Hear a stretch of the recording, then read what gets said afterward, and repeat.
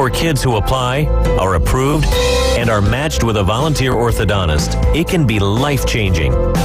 Their treatment is in the hands of an expert, a licensed local orthodontic specialist who improves their smiles by correctly aligning teeth and jaws.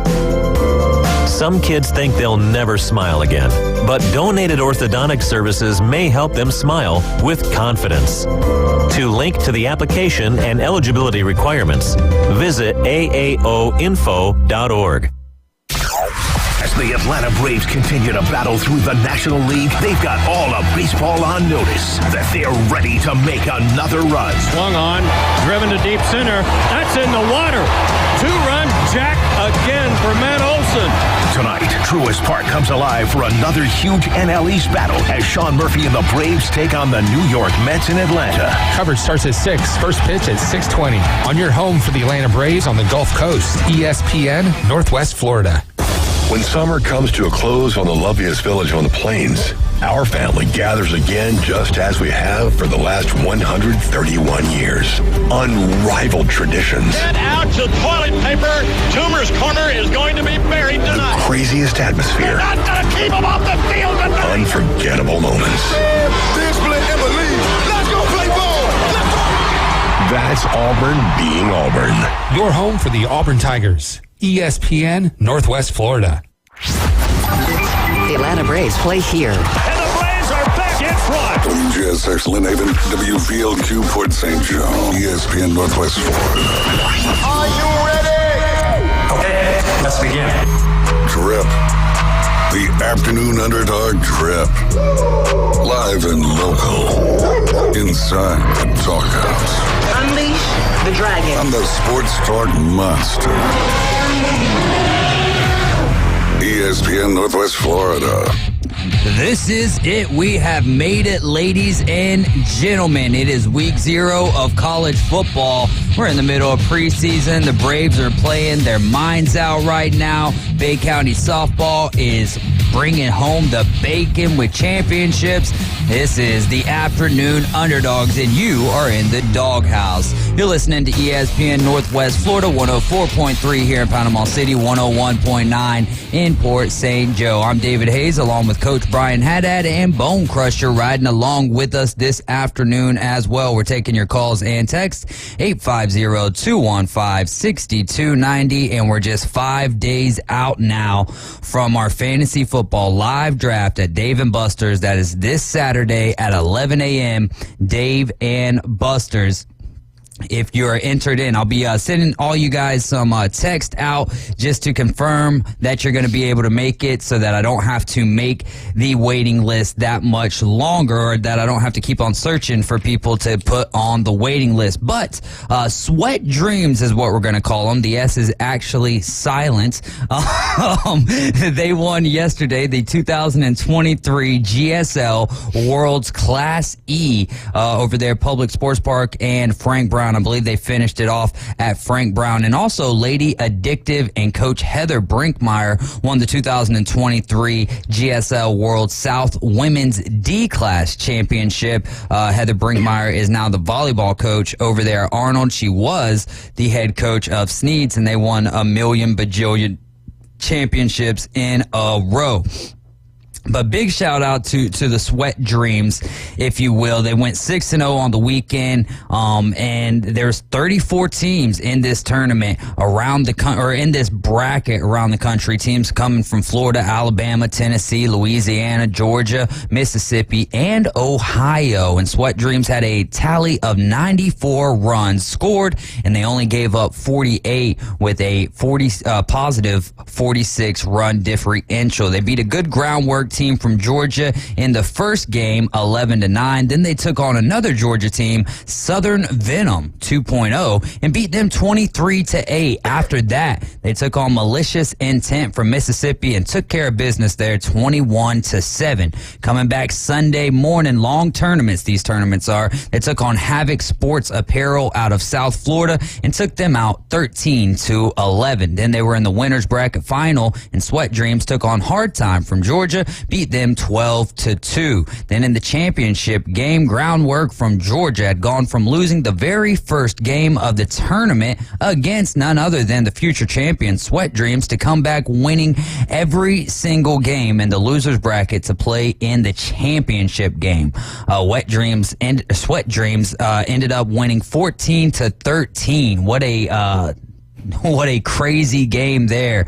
You guys know how crazy softball team names can be. But yeah, ended up winning that one 14-13. The players on the roster, a lot of these guys I had the privilege of playing spring ball with over there at Oakland Terrace, and they are definitely some ballers. Starting it off with a pitcher, Eduardo Rivera. Lawrence McCall was on the team. Juan Bebe Augusto, JoJo Taylor, Andrew Adams, Micah Head, Austin Minshew, Dew Ingram, Cricket Hill, Brett Satterfield, Drew Gorman, Michael Trahan, Jacob Brooks, JoJo Carr, and Jamal Giowashi. And we can't forget the best trash talker or commentator in the game. It was Trey Hill. Drew wrote this up for me. Said that boy had grown men thinking more about his comments than the game that they were playing. He's a 12-year-old youngin from Panama City. His dad was on the team, I believe.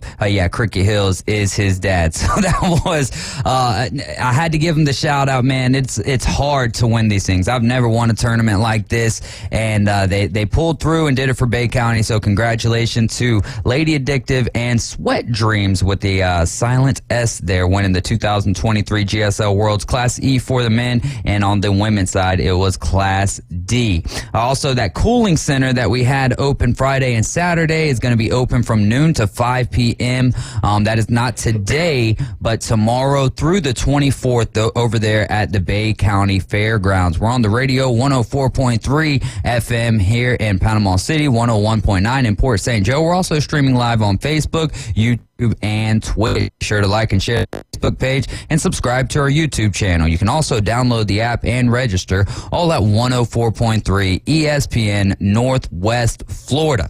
If you do want to get on the waiting list, it's probably going to be the last time that I air this out, but you can text your name and your email 850-215-6290 if you'd like to be placed on the waiting list for fantasy football. Brian, we've got some big time news. Okay. So we can't air Florida State games here on ESPN Northwest Florida.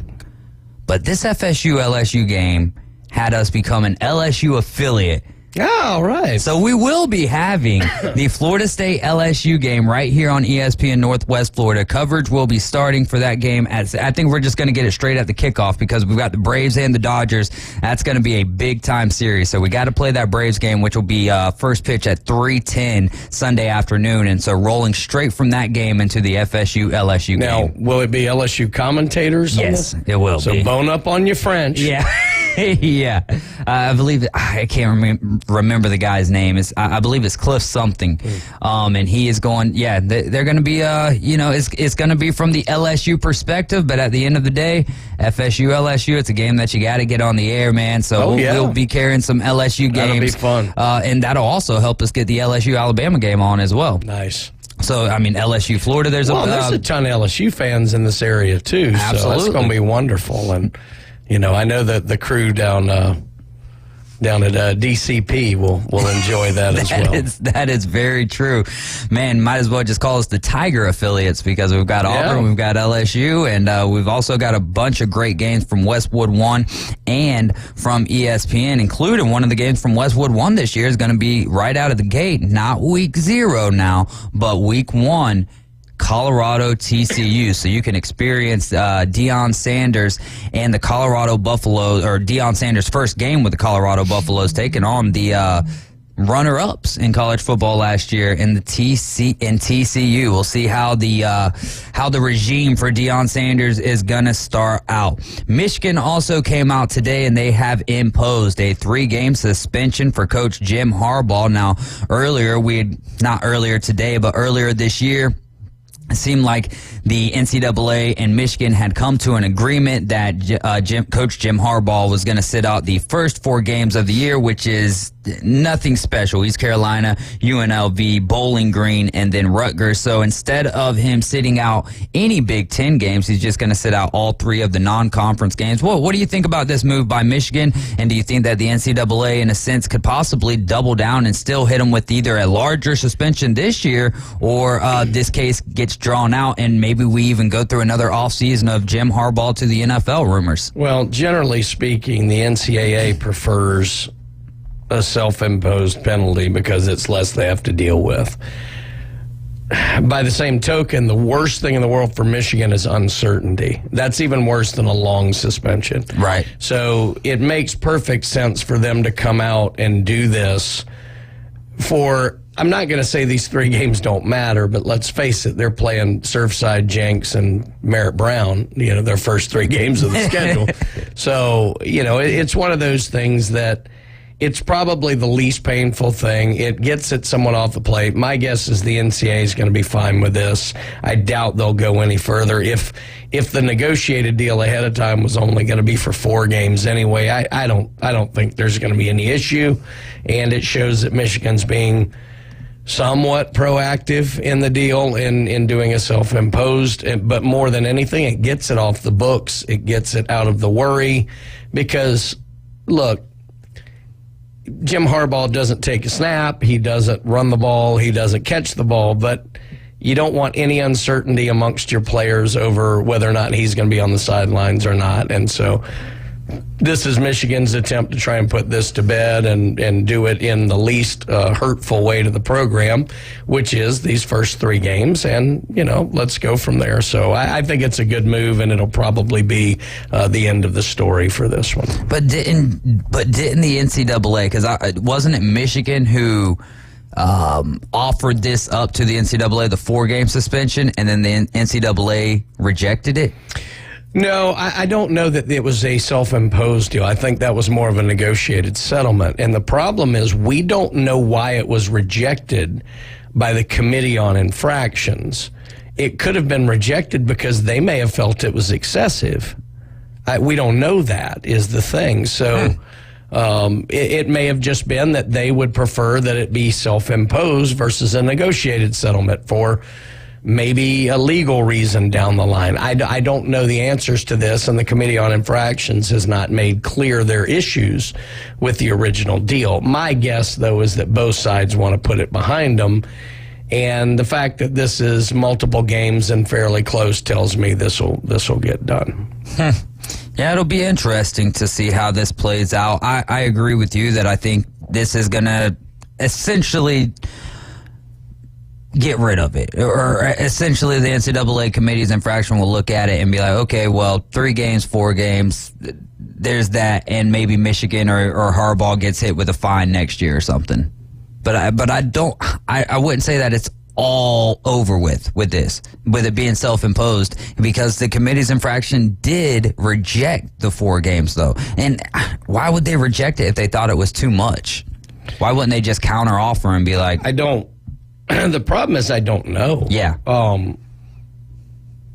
It could very well be a number of things. Like I said, the legal department could maybe come in and say if it was a negotiated settlement, that opens us up to, claims off the back end from Harbaugh's attorneys or whatever. I really have no idea when it comes to NCAA, because there's no roadmap to follow. They don't follow precedents. They don't stay consistent. They don't follow logic. We know that. It's impossible to know. Now,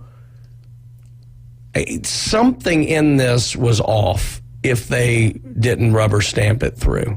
And I don't know what that is.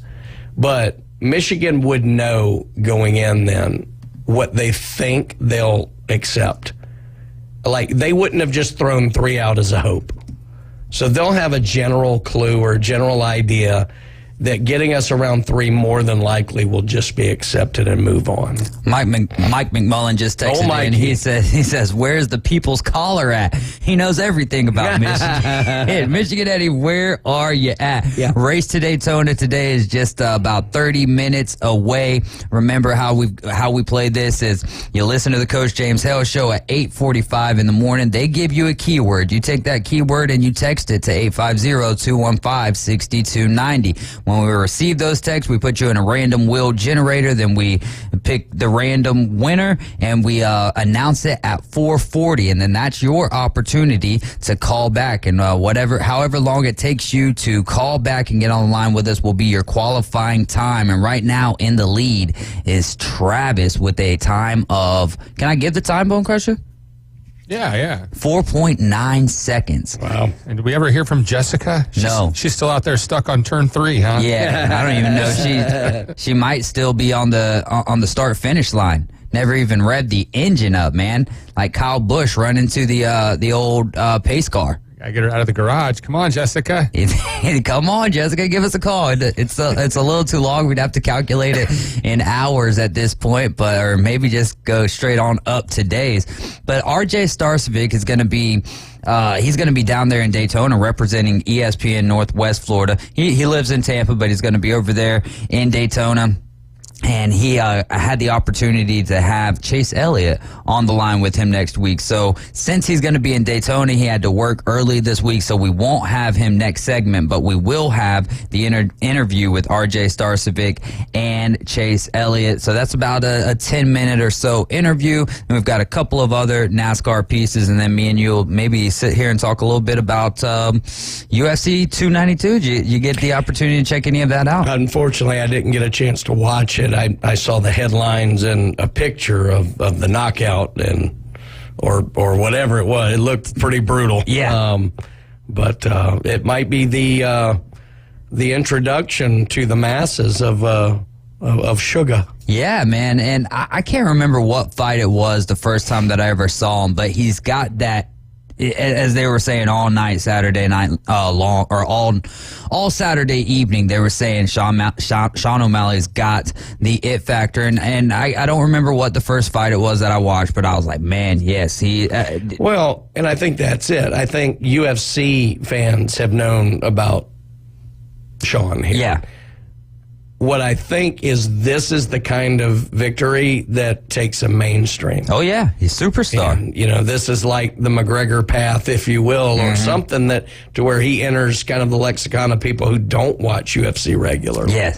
No, 100%. You're 100% right there. Getting the bantamweight title away from Aljamain Sterling via knockout. And when I saw the odds, man, I was like, why is Hard Rock app not open, man? Because it was, I was thinking, right? And I didn't even, I watched the whole main card, didn't watch any of the prelims or anything, and had no intention of betting anyways. But I was, it's going to be a tough fight. Aljo's been great as of late. I mean, I think like 9 straight fights or so he had won. But when I saw that Sean was plus like 218 or plus 230, I'm like, oh man, and that's not even with picking if it's going to be a knockout. More than likely, right, if Sean's going to win, it's going to be by TKO or KO. So, man, when I saw that though, I almost was like reaching out to some friends who might have the capability, but didn't make that happen. I would have been a little bit richer today. But yeah, it was a great card. The fight before, man, there's no way that, in my opinion, a lot of people might have said it was boring or whatever, but the Aljamain Sterling fight, in my opinion, and the and Sugar Sean, there's no way that it was going to live up to the co-main event, which was Zhang Weili and Amanda Lemos. I don't know if you got to watch that one. Right, but and they probably didn't show much headlights just because that knockout was so clean with Sugar Sean there. But the Zhang Weili chick, she was the champion, and she was just, I mean, laying all over the girl, doing whatever, but the other girl, Amanda Lemos, just kept on coming back and kept trying to put her in a Darce choke, kept on trying to put her in a guillotine, and at several times it was like, how is this this Whaley girl is a monster? How is she even still breathing right now? And it was one of those, every time she got out of a choke, just like she couldn't stop swinging, and ended up winning that by decision. She moves her record now to 24-3, and then this Ian Gary guy who took down Neil Magny is 13-0 to this point. He won by decision again, another dominant fight. I mean, he was just beating the tar out of his left leg. Yeah, just kicking over and over and over again. Surprised that thing didn't end up snapping, but I think he's one of those other guys. I don't necessarily like his demeanor and whatnot, but at the end of the, and it seems like he's really trying to copycat Conor McGregor to some extent, but they're both from Ireland, so it makes sense. I think he's one of those guys that in 5 to 6 fights or so of his fights, maybe not even that many, he'll be one of those that non-UFC fans will be, they will recognize when they hear his name. Yeah, I think so. And I mean, that's obviously the goal for, any of these UFC fights. I mean, they want to be great fighters, but the opportunity to kind of, hit that superstardom level. And think about this. I mean, your career in any kind of athletic endeavor, but certainly in fighting, is short. Yeah. And so anything you can do to enter kind of the pop culture lexicon to where you can then maximize your value for years to come after you leave the octagon is critical. So those guys are certainly all targeting that. Carson Beck named QB1 for the Georgia Bulldogs. That's about least surprising. What's more surprising, Graham Mertz being named QB1 or Carson Beck? Neither were surprising. I think they made sense. I would say Carson Beck probably, if you had to pick one, just because there's so many talented quarterbacks in the Georgia room. Right. But I think everyone expected it to be Carson Beck, and there's a lot of hype on him. He certainly got the team behind him and a fairly easy schedule. I mean, if there is such a thing in the SEC. So, this could be the Carson Beck show this year. Which way are you leaning? Have you heard anything? Is anything standing out to you from maybe some of the practices or comments from Nick Saban for QB1 for the Crimson Tide? Or what do you think they do week 1 against Middle Tennessee State? Well, it won't matter, but Middle Tennessee. I think it does because game 2 is Texas. Well, no, I meant that was a joke to Glenn Manley. But let me tell you something. MTSU is not an easy out. Right. I mean, don't be surprised if that one's a lot closer than it should be for a lot of the game. I have always thought it was going to be Ty Simpson. The more and more I'm hearing out of there, it might be Jalen Milroe to start the season. I don't know that. I really don't. I mean, I don't understand why Tyler Buckner would come if he didn't have at least a puncher's chance. Up. Yeah. I mean, look, everywhere else we've seen it. I mean, Sam Hartman's going to be the starter. Peyton Thorne's going to be the starter. I guess Ole Miss hasn't announced yet that I've heard. So I guess we could ask Steve if it's going to be Spencer Sanders or Jackson Dart. Yeah. I think it's going to be Jackson Dart, but again, I haven't heard anything confirmed. So, I mean, that would be the only other case I could think of where a generally somewhat high-profile quarterback, I mean, Sanders was, Buckner arguable, where they moved and weren't, in line to be the starter, where they moved to, especially when you're following your offensive coordinator. So it's a mystery. I'm going to stick with Ty Simpson because, mainly, that's who I think offers Alabama the best chance at a consistent winning season. Mm-hmm. But Milroe can do things that none of the other two can do, and Buckner's familiar with Reese's system. So I really don't know, but if I had to bet right now, I'd probably lean slightly to Simpson. I think it's almost to an extent a conundrum what the Tide are in here, dealing with 3 different quarterbacks with 3 different skill sets, but also there can be beauty found in that. I think that it's going to end up being Buckner for not even for week 1. I think all 3 of those guys see play, but if I were to rank it, it would be Buckner, then Milroe, then Simpson. If it was my choice from the little tiny bit that I've seen, I would also agree with you, though. It would be Ty Simpson because I think he has the strongest arm. No, I think so. And everything everything that I've seen, I've liked. A lot of people talk about his spring game performance. Go back and watch one of the very first plays of that game. he pops his thumb hard into the helmet of a defensive lineman, and that wrecked him. Yeah. I mean, it really did, and that's a big deal if you're a quarterback. You kind of need that thumb, and so that wasn't good, and then he ended up sitting out most of the rest of the game after that. So I just think, to me, Simpson is the guy you need for the season. I think Milroe can be a weapon in spots, but if Simpson is the guy you need for the totality of the season, I think you go on and start him now, and then you go forward with plugging Milroe in situations where you have a dynamic that maybe the other team is not prepared for. Yeah, it'd be like the Texans last year, or Somewhat. possibly the Titans. If Ryan Tannehill goes down, I could definitely see a mixture of Will Levis and Malik Willis. And let's not even think about that. You just ruined my day. I'm sorry, buddy. I am extremely sorry. All right, we're going to break now, Bone Crusher. He's been waiting. You're right with the Afternoon Underdogs. This is ESPN Northwest Florida. We'll be right back with a little NASCAR talk.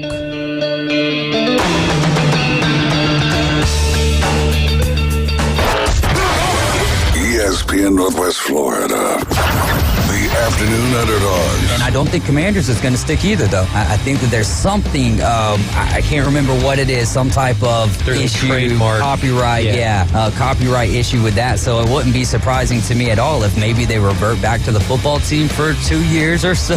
And then, Listen, they made the playoffs. 4 to 6 weekdays. 104.3 ESPN Northwest Florida. Good afternoon. This is Joanna on ESPN Northwest Florida with Monday's weather forecast. Sunny the rest of the day with temps near 93 and a wind between 10 to 15 miles per hour. Clear skies tonight, a calm wind out of the north and a temperature of 81. About the same tomorrow, around 94 with sunshine and a wind out of the southeast at 6 miles per hour. Very hot with a high around 96 and mostly sunny Wednesday. This forecast is sponsored by Mid-South Lumber, the best little lumberyard in Panama City. Thank you for listening to ESPN Northwest Florida. Rely on it. Hey folks, Chris Kramer with Bill Kramer GM. And the best place to listen to the Inside Drive with Ryan Mulvey is inside a brand new vehicle from Bill Kramer GM. And I want you to know we've got 10 times the amount of inventory on the ground as we did this time last year, and darn near all of them are discounted. So shop us online at BillKramerGM.com or visit us the corner of Frankfurt and 23rd. We'll make it easy and take great care of you. Bay Breeze Bait and Tackle, this is Tim. Do y'all sell bait? Yes, we seasonally stock live shrimp, live bull minnows, live sand fleas, live fiddler crabs, earthworms, night crawlers, crickets. We also stock frozen shrimp, sand fleas, mullets, squid, pre-rigged ballyhoo, bonita, stingray, cigar minnows, Boston mackerel, Spanish mackerel, and a few other miscellaneous baits. It's worth the drive to buy premium locally sourced bait from Bay Breeze Bait and Tackle, located directly off Highway 98 on the west end of Panama City Beach. When the sun sets on the Emerald Coast, the freaks come out and play. Hi, I'm a recovering crackhead. Hand me that shotgun. The Afternoon Underdogs. Get on your knees! ESPN Northwest Florida.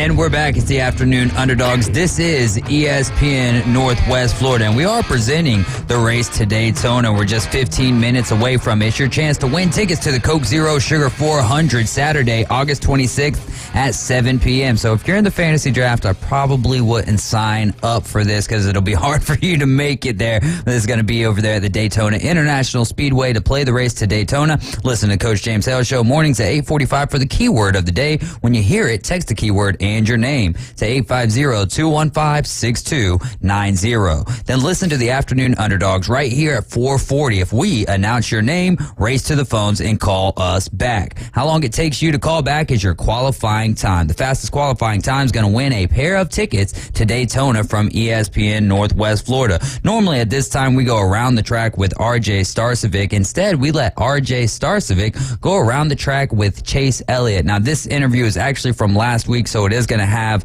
some things pertaining to the Glen, the race at Watkins Glen that William Byron won this last weekend. But Bone Crusher, go ahead and roll the clip. We're here with driver of the number 9, Hendrick Motorsports Chevrolet, Chase Elliott. How are you doing, my man? Good, man. Thanks for having me. Anytime. So we're coming off a Indy road course race, which I think was really interesting, and I know it's had a lot of fan feedback of how the race went. We had one caution in the very beginning, and then the entire race goes green. So I was wondering, first off, from your standpoint, were you surprised at all how the race ran? I know you guys had a battle for the lead. It seemed like all race, that it was tight and really interesting for everybody to watch.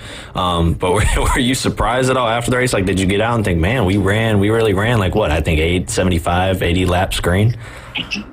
Yeah, honestly, not really. I mean, I think we've kind of seen that trend a little bit over the last few road races, since they took the stage breaks away. So, that being said, I just, the drivers in the field are pretty good and the cars are reliable, and you're just not going to have many natural cautions anymore. So, without those stage breaks, I think that's going to be the norm.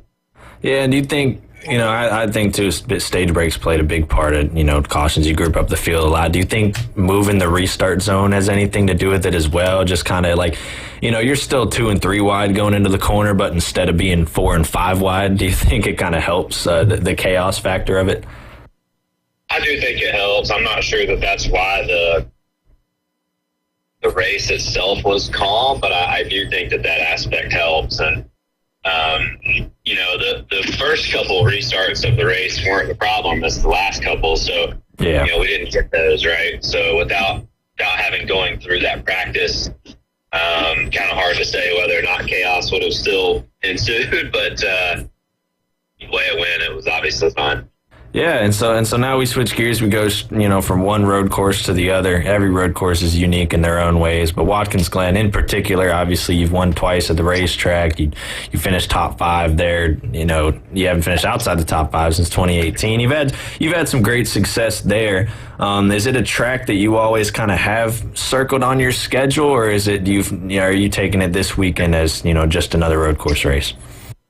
No, I've never really been one to do that. I don't feel like it does you much good. Yeah. In general, so I just try to take it a week at a time, honestly, and just stay focused on the things that are relevant and the things that matter, and focus on what we came off of this past weekend, the things we did well, the things we'd like to improve on, and kind of go from there. So no, I just kind of take it a week at a time and stay focused on the things we have going on right now that are relevant. Yeah, for sure. And we'll hit Daytona in a second. One more thing on the Glen. Like you mentioned the momentum that you can carry out of Indianapolis. Obviously, you guys ran a really strong race, top 3 pretty much the entire time, with that battle you guys had with McDowell and Suarez throughout the race. So obviously, you guys feel like as an organization, you can carry that momentum, to the Glen.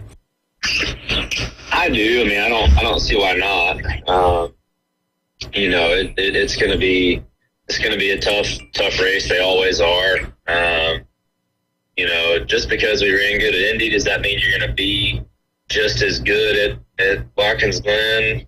Not necessarily. I do think that there are some things that we can carry up there, but there will be a lot of things different. That road course is much different than Indy is. So you have to be a little careful with that. But I think that we can, certainly be proud of a solid run on Sunday. Second there, a close second at that, was nothing to be too terribly disappointed about. We just need to be one spot better. Yeah, for sure. And now, you go to the Glen and you're going to try to get a checkered flag there like you've done twice before. And then the next week after that, the final shot that everybody has, to get in the playoffs. And it's been like that. I think, it's now we're entering year 4, I believe, is Daytona as the cutoff race. Obviously, you haven't been in this position before, but just with the circumstances of the season, your team is now in this position. And you as a driver, what's the strategy? Say you go into that Daytona race, whether even if you were in a points battle or a must-win situation, it changes. Does it change your outlook at it, as a team at all going to the race? How conservative you are at the beginning at a track like Daytona, especially as we've seen in recent years, the energy just amps up, from start to finish. Yeah, I mean it's tough. I mean, obviously you don't want to be in a must-win going into Daytona. That's just not something that you ever want to be in. But That certainly is a possibility for us. And if that's the case, I don't really think that our race week is going to look any different. I don't think I'm going to drive the race any different. We're always showing up trying to win, right? So I just it's difficult whenever just because the circumstances have changed and what you have going on doesn't really mean that you can just pull some magic out of a hat and figure out how to get to a 3 spots easier. Unfortunately, it just doesn't work like that. Yeah, for sure. And either way, regardless of, how the next 2 weeks goes, obviously you guys are going to push as hard as you can to make this happen. But, what can you say of the resilience of, not only yourself as a driver, but the team to rally behind you to make this rally up the point standings? I mean, you guys have only climbed up, the last however so many weeks in the race car. What can you say about your team, the resilience, and how you guys have pushed through this last half of the year, which has obviously been a year that you've never experienced before with having the injury? Yeah, I mean it's been a unique position for sure, but I'm always proud of our team for just continuing to push, and I feel like we're just not a group that is gonna quit, and I that applies even in the final 10 if we're not a part of the playoffs. I mean, it's just no different. I'm just not. I'm too competitive of a person, and our team is too good and too motivated and too good of a group to just show up and act like this stuff doesn't matter at any point in time. We're all very fortunate and lucky to do what we do, and I'm going to show up every week and give it my very best. So, whether we get in on the driver's side or not, obviously there's still an owner's points perspective that is involved and in play throughout all this. So, there's a lot of narratives going on, but whether we're in the points, not in the points, in the owners, in the drivers, not in one or not in either one of them or whatever, I'm going to show up. I'm going to show up every week the same and show up prepared and try to give my best effort to have the best result possible. Yeah, for sure. And yeah, you guys have done an amazing job to rally this year, and it'll be a great, last 10 races no matter what happens these next 2 weekends. So I got 2 more, funner questions you to wrap up with. This week they tested at the Indy Oval on Monday after the road course race, and I'm me personally, I'm so in between because it's like, well, we just watched a few great races on the Indianapolis road course, but we know the history, the Brickyard and the Oval. Like, I wanted to hear some second opinions, but besides just debating it over myself in my own head. Where are you at kind of on that scale? Are you kind of in the middle where you're like, okay, whatever they go with, I'll be fine with, or do you have a preference of racing on the road course or racing on the famed Brickyard? I personally, for me, I don't really have a preference, but I certainly can understand the argument from the standpoint of wanting to be on the big track and the history, I guess, that comes along with that, and the history of what the Brickyard has been, for NASCAR in years past prior to moving it to the road course. So. Yeah, for me, I'm good either way. The oval racing has really been better than the road course racing with this new car. So, I think part of the reason we went to the road course was try to make the race more exciting. And now we have a product that is almost more in the other direction. So, I'm sure it'll change at some point. All these things are coming, look, they're all trends and they come and go. And road racing was really cool there for a couple years, and I think people are probably about tired of it, and they want something different. So it's constantly going to change, and I'm good with whichever way they go with it. Yeah, for sure. We'll see what they end up going with for next year. And then the last thing I had for you is what do you think is the ideal playoff cutoff race in your mind? Like, I know there's been a lot of discussion of Daytona's the cutoff race. It's been very exciting. People have suggested throwing Atlanta in there, as the cutoff race with now having 2 races on the schedule, how exciting that race is. Do you think it's cool? Obviously, you can have a different standpoint when you're the driver in a must-win situation going into a super speedway race, but do you feel like this has been the right way to go, to have this as with what the playoffs is that last chance race at a super speedway, whether it ever got switched to Atlanta or, staying with Daytona and whatnot? Yeah, I really don't care. I mean, if it's a speedway, it's a speedway, and as a driver and as a team, it's your job to not, you had 25 other weeks to get yourself in a not must-win situation before you get there. So, whenever the plate races fall, they fall. Whether it's the first race or in the middle of the season or the last cutoff race, it just really doesn't matter to me. I think there's enough other tracks and enough other races that if you're good and you're doing your job, it should have itself sorted out prior to then. And it's nobody's fault but my own that we're in the position that we're in. So I'm certainly not pointing fingers. Yeah, yes, sir. And just lastly, is there any favorite, besides the chaos on the racetrack, is there a favorite part you have of going to Daytona? I know even for me, Speed Weeks is a lot longer. You're there for an entire week. This time around, it's really only a few days. But anytime you go to Daytona Beach, is there a favorite part that sticks out that you always want to go back there for? As I've gotten older, not as much. I mean, certainly as a kid, I remember going down there for the 4th of July race, and that was always super cool. But yeah, no, nowadays it's the schedule's pretty long, so we're in and out of town, and just all eyes focused on the race. If you can get out to the beach, great. But if not, all good. We'll just focus on that track stuff. Yeah. Yes, sir. Well, hey, man, Chase, thank you very much. Take care up there in Michigan. Looking forward to seeing what you can do this weekend at the Glen, and then looking forward to seeing you down here at Daytona, my man. Yeah, man. Thanks. Have a good one. Awesome. You too. Brian, what was your takeaway from that? I'll give you mine first. Chase Elliott just wants to race. He doesn't care about anything else. Yeah, I was going to say, it just sounded like he just wants to get out on the track and not have to deal with all the things that the drivers have to do off of the track. But yeah, Chase is a true racer, and you would expect that with his upbringing. So, he's a guy who feels at home behind the wheel. And he finished, I should have looked through this during the last 10 minutes. I do know that William Byron won the race yesterday, 5th win of the season, but looking for Chase Elliott here, not seeing him anywhere near, which is not, 32. So that is not good for, he's essentially got to win at Daytona to move on. So we cursed him.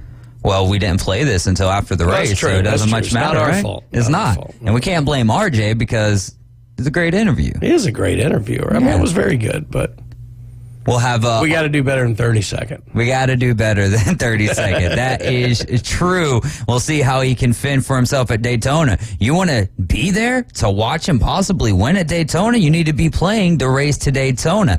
Go ahead and hit that line now, because I hate that I'm messing up the execution to this, but Michigan State Bruce, you are now on the clock. We'll be right back. It's the Afternoon Underdogs on ESPN Northwest Florida.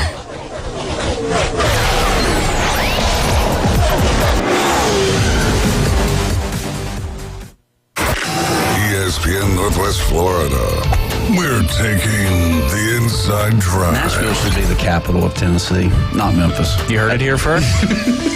Memphis, man, I got some stories about Memphis. Man. I used to be, we used to play the Redbirds right there, and, close enough where you had to walk. Dude, after the games, I'm like... He said, man. Join Ryan Mulvey. Thank you very little. Middays 11 to 1 on ESPN Northwest Florida. Good afternoon. This is Joanna on ESPN Northwest Florida with Monday's weather forecast. Sunny the rest of the day with temps near 93 and a wind between 10 to 15 miles per hour. Clear skies tonight, a calm wind out of the north and a temperature of 81. About the same tomorrow, around 94 with sunshine and a wind out of the southeast at 6 miles per hour. Very hot with a high around 96 and mostly sunny Wednesday.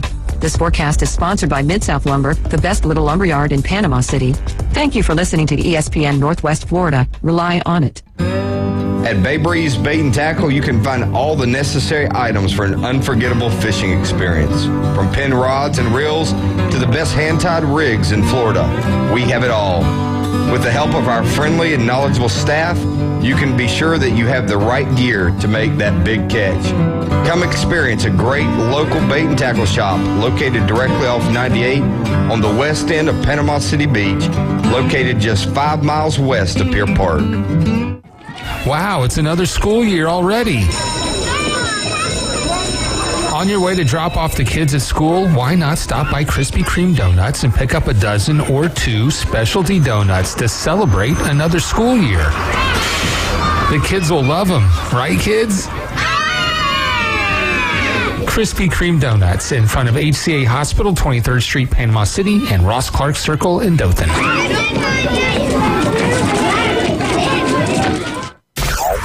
The Atlanta Braves continue to battle through the National League. They've got all of baseball on notice that they're ready to make another run. Swung on, driven to deep center. That's in the water. 2-run jack again for Matt Olson. Tonight, Truist Park comes alive for another huge NL East battle as Sean Murphy and the Braves take on the New York Mets in Atlanta. Coverage starts at 6. First pitch at 6:20. On your home for the Atlanta Braves on the Gulf Coast, ESPN, Northwest Florida. Doing what other stations can't. The Afternoon Underdogs is live and local. 850-215-6290.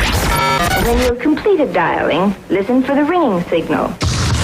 104.3 ESPN Northwest Florida. And we're back. Is Michigan State Bruce with us? Lackadaisical. Crashed out in a turn 4. Oh, Speeding man. on pit lane. Come on. Well, you at least can finish in second place. I guess is 4.9 just intimidating? That's a pretty good time. Right. He may have Come thought on. it was 4.9 minutes. He's got time. He's like, yeah, all right. Yeah, there you go. But 4.9 is still the time to beat. And your next opportunity to beat that is going to be tomorrow at 4:40. But the way that you've got to try to do that is by listening to the Coach James Hale Show at 8:45 in the morning. They're going to give you a keyword. When you hear that keyword, you text it and your name to 850-215-6290. And we'll get in later that afternoon or later that morning. I'll put all of the texters on a random wheel generator, and then I'll click it till I'm only left with one name, and then there at 4:40, we're going to give you guys a call, and you've got to race to the phone lines, and that'll be your qualifying time, however long it takes you to call us back. The fastest qualifying time is going to win a pair of tickets to Daytona from ESPN Northwest Florida. All right, your Atlanta Braves, they're taking on the Mets tonight. Coverage starting right after us today at 6, and the first pitch tonight at 6:20. They did drop the finale yesterday to those San Francisco Giants, but they did take 2 of 3 from them to maintain that 13.5 game lead over the Phillies right now. Yesterday, the Giants were up, 3-2. Going into the bottom of the 8th inning, Ronald Acuna Jr. gets on, steals gets to second, steals third base. I believe it was because Eddie Rosario walked, so you have men on first and second.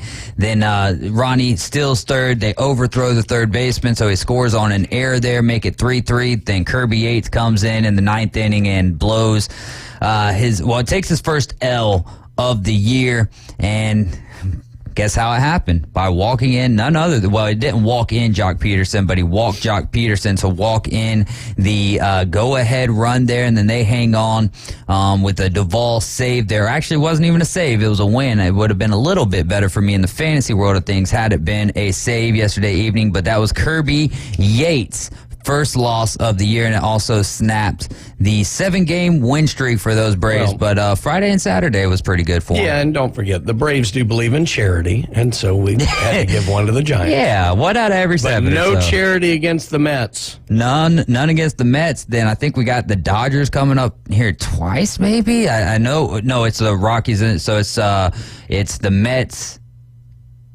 Then after the Mets, we got the Dodgers. Yeah, this weekend. No, Dodgers is next weekend. Got the Rockies coming up soon. It's the Giants again this weekend. Mets, Giants, Rockies, Dodgers. That's exactly what it is. Mitch in Panama City, what's going on? What's up, man? How y'all doing today? Man, we're doing amazing. How are you doing? I'm good, man. I heard y'all talking a little bit earlier about quarterbacks and Graham Mertz, and I was just going to get y'all's thoughts, man, on coming from a diehard Gator fan. We're kind of we're not expecting to be great this year, obviously. And what's your thoughts on Florida, like if they were to, to go 6-6, whatever? What's your thoughts on Bill Napier? Because the guy's recruit. I mean, they just picked up another guy at LSU today, the number 2 corner in the country. He lives in Louisiana, and he committed to Florida today. And it's like, I mean, we're going to be sitting at number 2, maybe 1 in recruiting next year. So what's your thoughts on Napier, and what do you think their season plays out like this year? Well, that's the key question, and that's what I've been wondering for a couple of weeks now, because it's a tough road to hoe this year, I think, for Florida. They're not very deep. They've got a pretty rough schedule. The trip out to Utah might be a little bit easier now if it looks like Cam Rising can't go. But to me, if you look at the season, there's 4 games I think Florida's going to win, no doubt. And there's probably 4 games that they're going to lose, no doubt. So it really comes down to kind of the 4 in the middle. And, different people will interchange them. So that means anywhere from 4-8 to 8-4, which probably it's going to be a 6-6. I think he absolutely has to get 6-6. Normally, with what's coming in, he's just finishing his second year. You're seeing some great things, not just in recruiting, but in the way he's somewhat cleaning up the team. That would be enough. But we're talking about the Florida Gators here, who are notoriously quick with the trigger.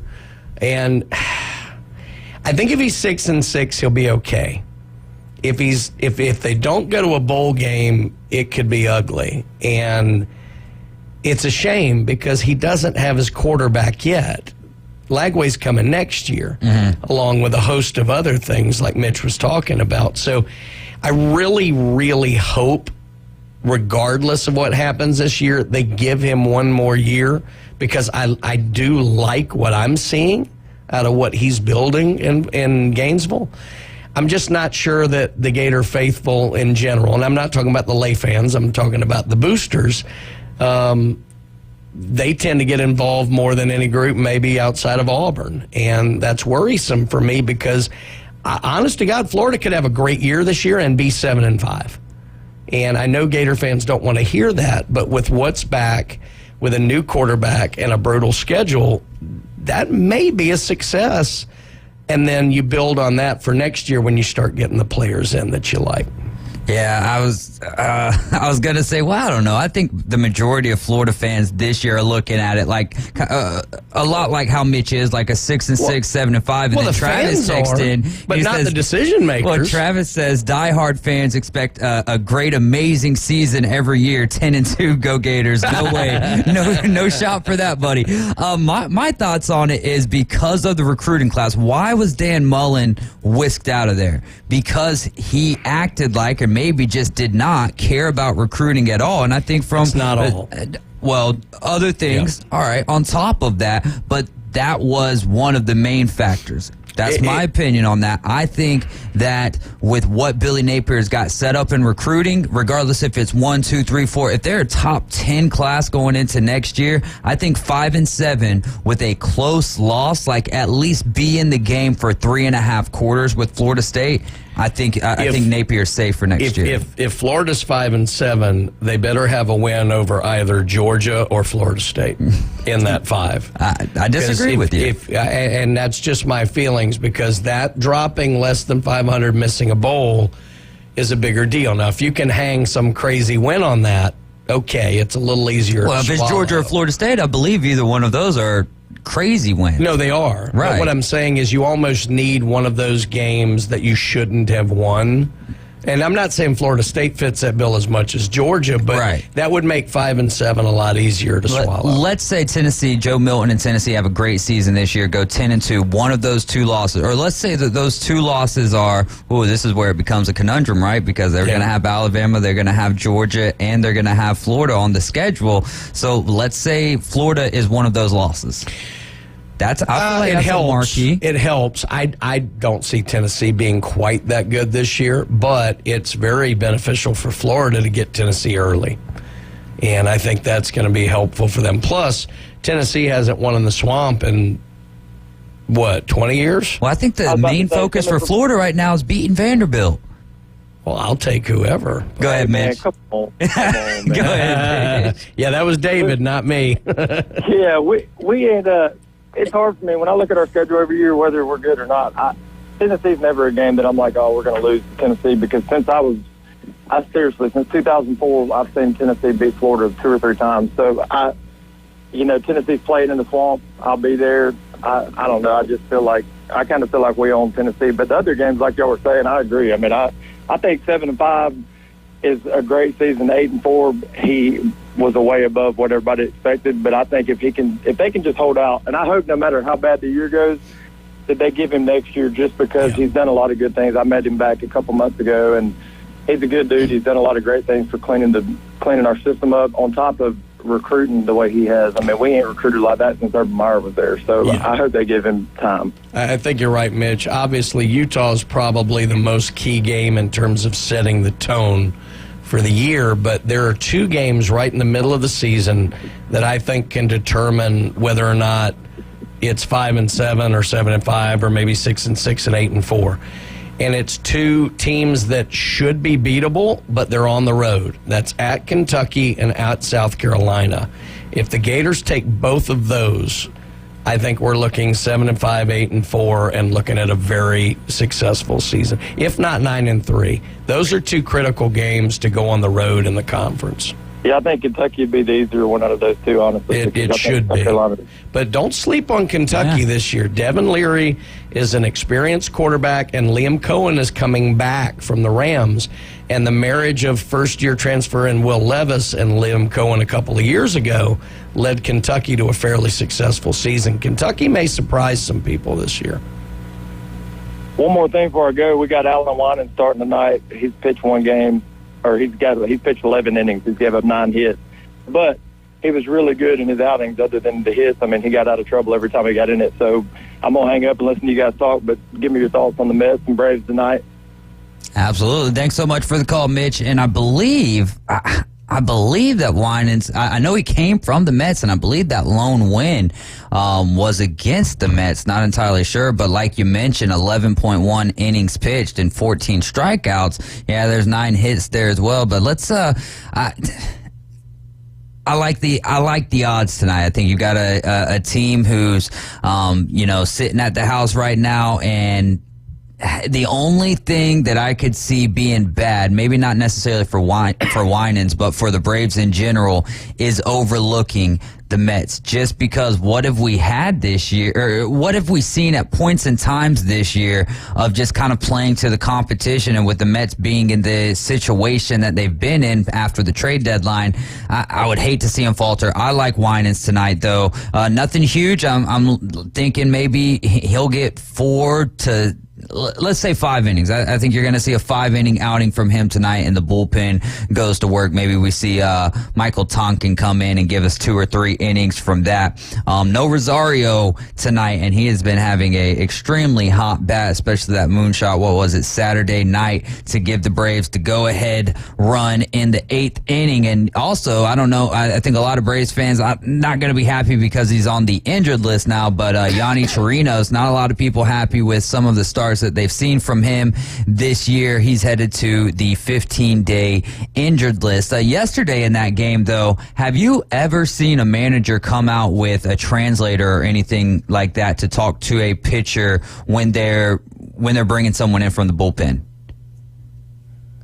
I'm sorry, I was reading another story. No, I'd love to tell you something out. There's some breaking news on the trading card front. But no, go ahead. Well, I don't know. I've got to verify this. But, okay, you don't want to. But yeah, we'll get into this more at 5:20. But yeah, this is. Have you ever seen a manager? Massive news. Is it that big? Yeah, it's. If you're saying it's that big, then it's huge. Yeah, very, very big. Anyway, sorry. Go ahead. Gabe Kapler, manager of the San Francisco Giants, last night ends up coming out. I want to say it was the 8th inning whenever he put Duvall in, and he had another, I don't know who the guy was, but I believe he was the translator, came out. And did it twice in the same inning, or in the 2 consecutive trips to the mound that Kapler took, he had him with him, and I've never seen that in baseball before. Yeah, do you like Gabe Kapler?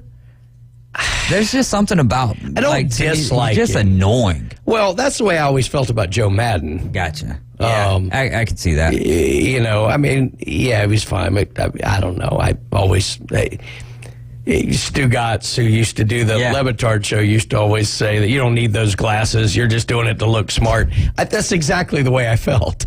So I don't know. Kapler, I don't dislike Kapler other than maybe some places he's been, but that's not against him. But no, I can't think of a time where I've seen the translator, but I think it makes sense in the terms of we're dealing with more and more international players who actually utilize a translator. And why not? If you don't want to break down a communication from somebody who speaks a little English or something like that, why not have the translator there and go through it? It looks weird. The pitcher knows what he's got to do at the 8th inning. We're talking about one of the best closers in baseball right now. Right. Look, the language of baseball should trump all, but exactly. We're not taking psychologists out there. And then on the play that Acuna stole third base, right, and then he runs in, they're appealing. They appealed that Acuna even touched third base, and it's like you don't even got to watch the daggum replay for that, man. The yellow oven mitt just slid across the whole entire base. Mm-hmm. So why even do that? Not throwing off time and gamesmanship, all that good stuff, whatever. I just find the guy to be an annoying gnat over there coaching the San Francisco Giants. We do have some breaking news, though. The Colts, according to Adam Schefter, have given Jonathan Taylor permission to seek a trade. Wow. Per Adam Schefter. So, Zach Moss is injured. Kenyon Drake's on the. So, hey, fantasy owners, if you want to break out running back, take Kenyon Drake from the Indianapolis Colts. You're riding with the Afternoon Underdogs. This is ESPN Northwest Florida. Steve Barnes when we return.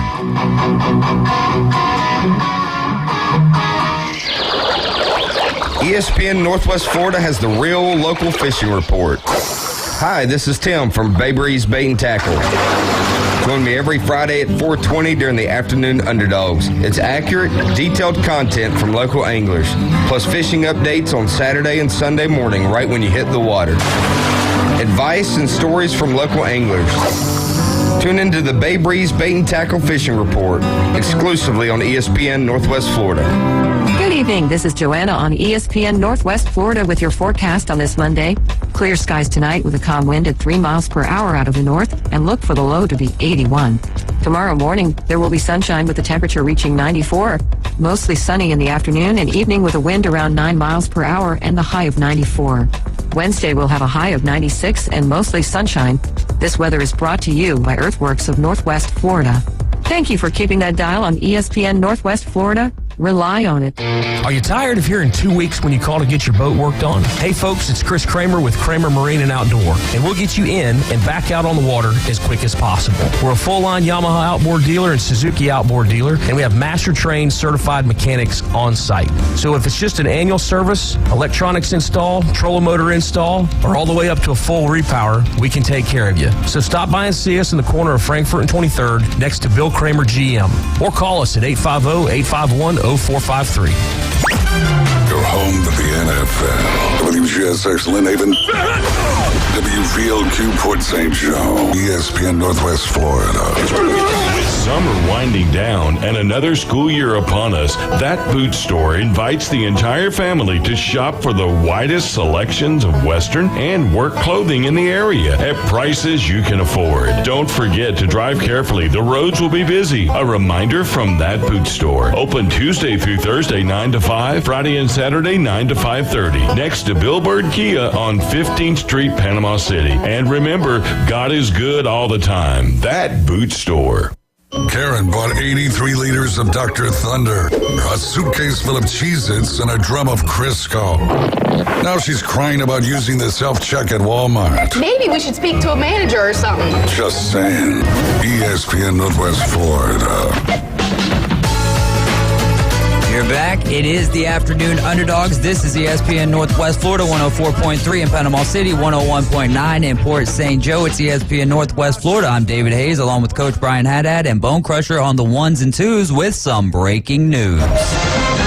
Breaking news. That sounds so official. Breaking news here out of the sports card trading world from the NFL. This is from Darren Ravel, who actually is one of the leading authorities when it comes to this kind of stuff. From the NFL Players Association to agents of players. Dear Contract Advisor, the NFL Players, Inc. has terminated its trading card agreement with Panini. Effective immediately, Fanatics has the exclusive right to make NFLPA branded trading cards. This decision has no impact on any individual players' contractual agreements with Panini, and then basically a bunch of other stuff saying if you have contracts to fulfill, do so. Explain it to me like I'm two. Based on my reading of this, this is not exactly the same thing as the logos issue, which is with the NFL itself. This is with the Players Association. So what this means is Fanatics can no longer, this is worse than the logos. Yeah. Fanatics, if they still had a deal with the NFLPA, what they could have done is still made cards, but it just would have had to say New York instead of New York Giants. And they could have done green and white, but they couldn't have used the logo. The fact that they don't have the Players Association, they cannot factor any active NFL player on their trading cards. Whoa. This is what's happened to them in baseball. Now, in baseball, they could do prospects and retired veterans. You don't have prospects in football. And Fanatics... Technically... No, Fanatics already has the college. Well, USFL, XFL. Right. Well, you could do that, and we know how they'll sell. But it's not like... They won't. This, I mean, from a sports card perspective, this is incredibly massive. And is not at all the way I thought it would play out. It's going to be interesting to hear yours and Todd's conversation on this at 5:20. Yeah, I mean, I'm in full react mode. I don't know why. Like, there would have to be a reason for the Players Association to back out mid-contract. Yeah. And I don't know what that is. I doubt it's done. I'm sure this will go to court. But this is like hundreds of millions of dollars. Oh, man, this is massive. Well, think about it for about 17 minutes. We'll get Todd in here, and we'll talk more about it with the PCB Hobby Takeover. Now let's get over to Steve Barnes, who's a senior writer for the RebelWalk.com. Steve, how's it been, man? Hey, young Squires, how am I supposed to follow baseball cards? Come on now. actually, football with that one. You know, back in the day, I remember commercials, they couldn't show the team. I think the very first commercial I saw where a player had on his actual uniform with the logos was the Bo Knows, where he had the Kansas City Royals on and the LA Raiders on. Correct. Wow. And that was all deals with Major League Baseball or the Players Association or both. And that was usually why it was so difficult in baseball, is because you couldn't get those two organizations to agree on the color of the sky. But well, try to get the Players Union and the league to, join together on anything. Right. If rain is bad, sunshine is good. No, I don't know about that. Yes, sir. It's just like posting anything on social media today. These days, it could start a riot. But I'm interested in why you are feeling sorry for Chip Carey.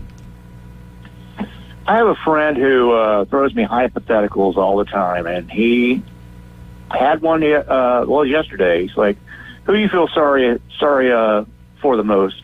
Would it be Dansby Swanson or Freddie Freeman because they're not playing with Atlanta this year? Well, neither one of them, because, they sort of had to get out of town.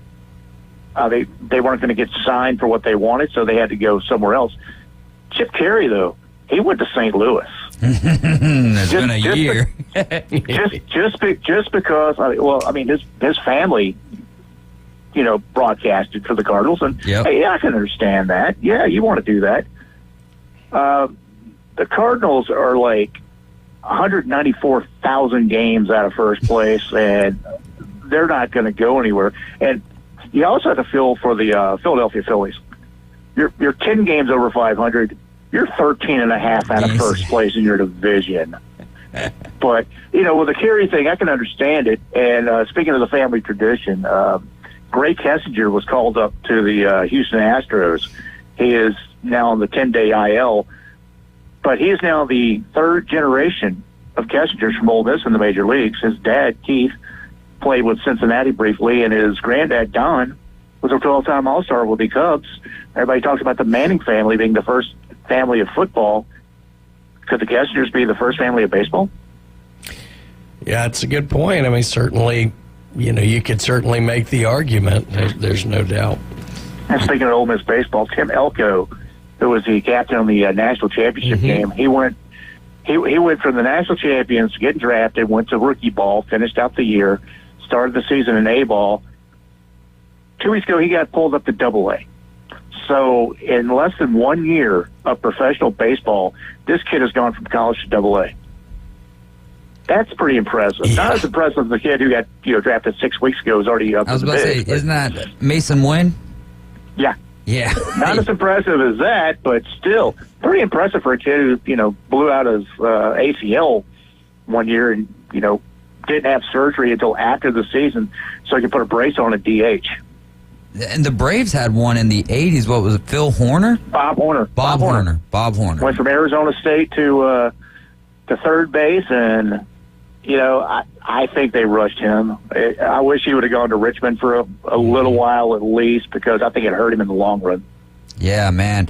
Yeah, and I really like what Brandon Godden, going back to the commentator, your play-by-play guys, but having Chip Carey, we've had him on the show a few times. I would be able to text with him through some of the ball games, which was it was pretty cool. And so now that it's Brandon Godden, I don't have that affiliation anymore. And I have wanted to text Chip a couple times, just like, man, it can't be as fun. But like you said, he's standing in for going back to his roots, if you will. But Chip Carey, actually, oddly enough, whenever I started researching him after got to go ahead to do the interview with him, got his start right here at Gulf Coast.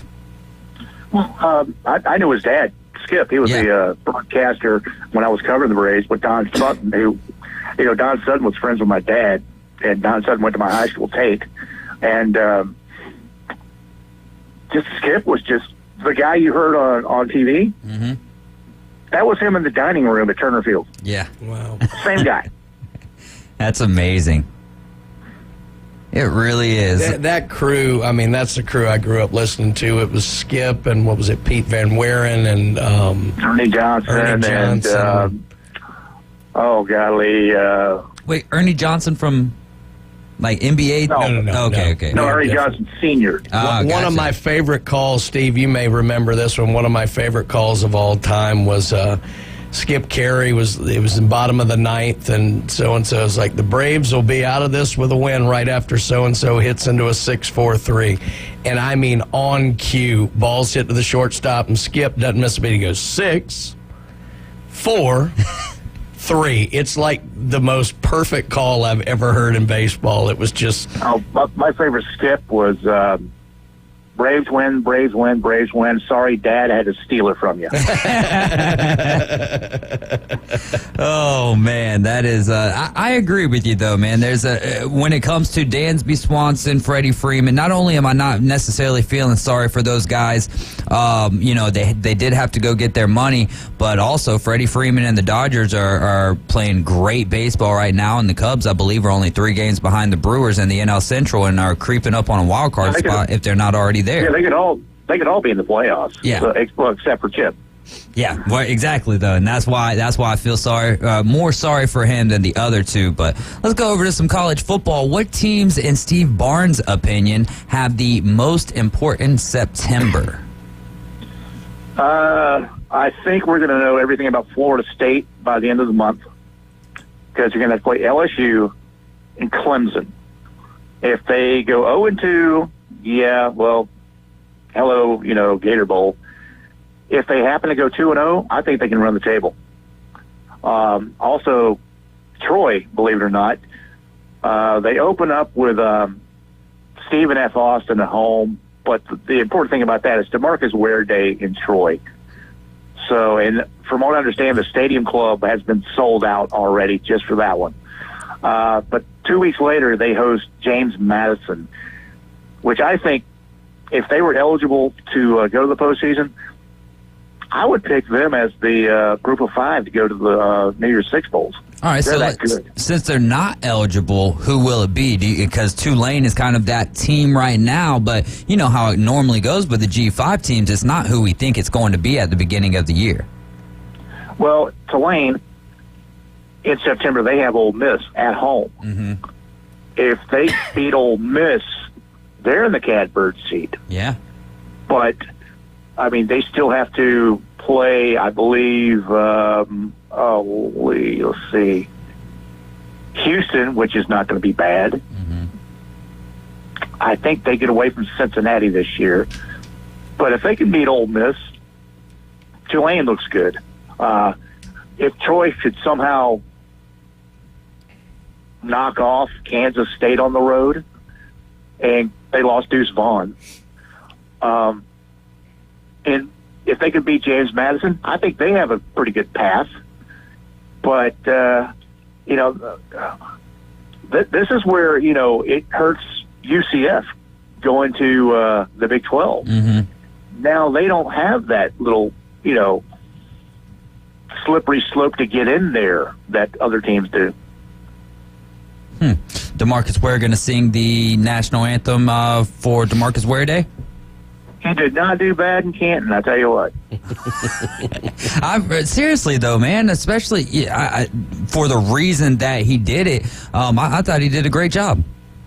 Well, I have probably worked 10,000 ball games in my career, at all levels, and you always get the national anthem singer, and I blame Whitney Houston for this.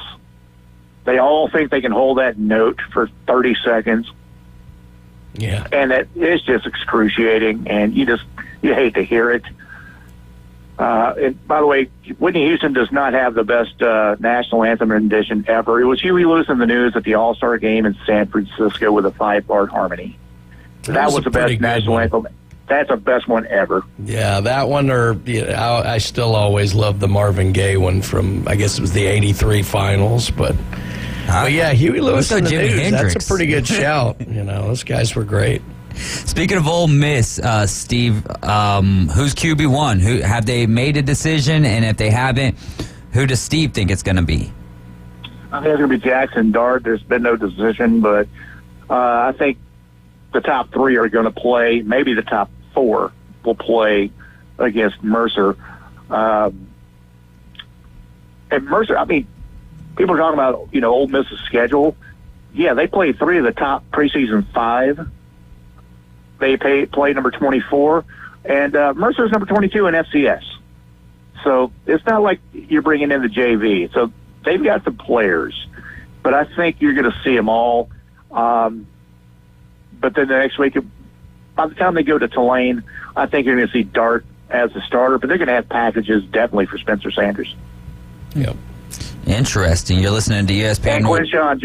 And Quinshawn Judkins today was named preseason AP first-team All-American. Yeah, and deservedly so. I was about to say exactly that. You're listening to ESPN Northwest Florida. We're talking with Steve Barnes. He's a senior writer for therebelwalk.com. What coaches are on the hot seat, legitimately on the hot seat, Steve?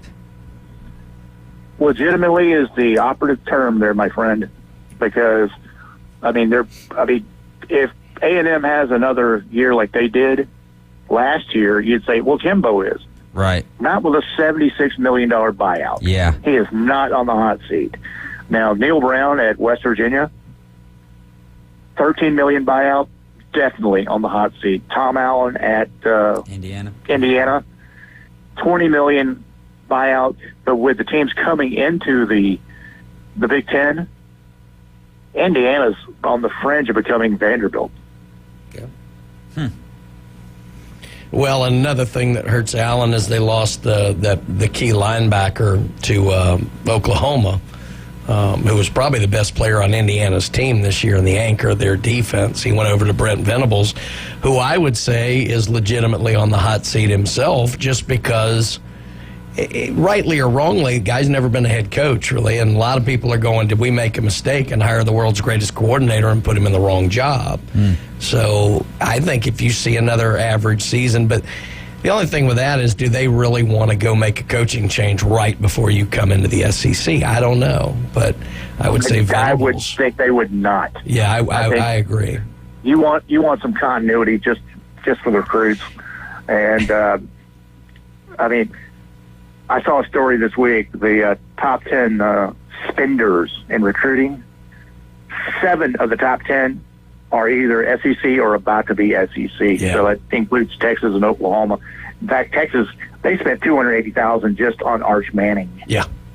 Steve, So- I'm curious what your thoughts are. I mean, you mentioned legitimately earlier, and I think that word plays here, but the one that I think's going to be on the hot seat, rightly or wrongly, that no one's really talking about because they're in a corner of the LSC is Drankwitz at Missouri. What do you think about him? I like Eli a lot.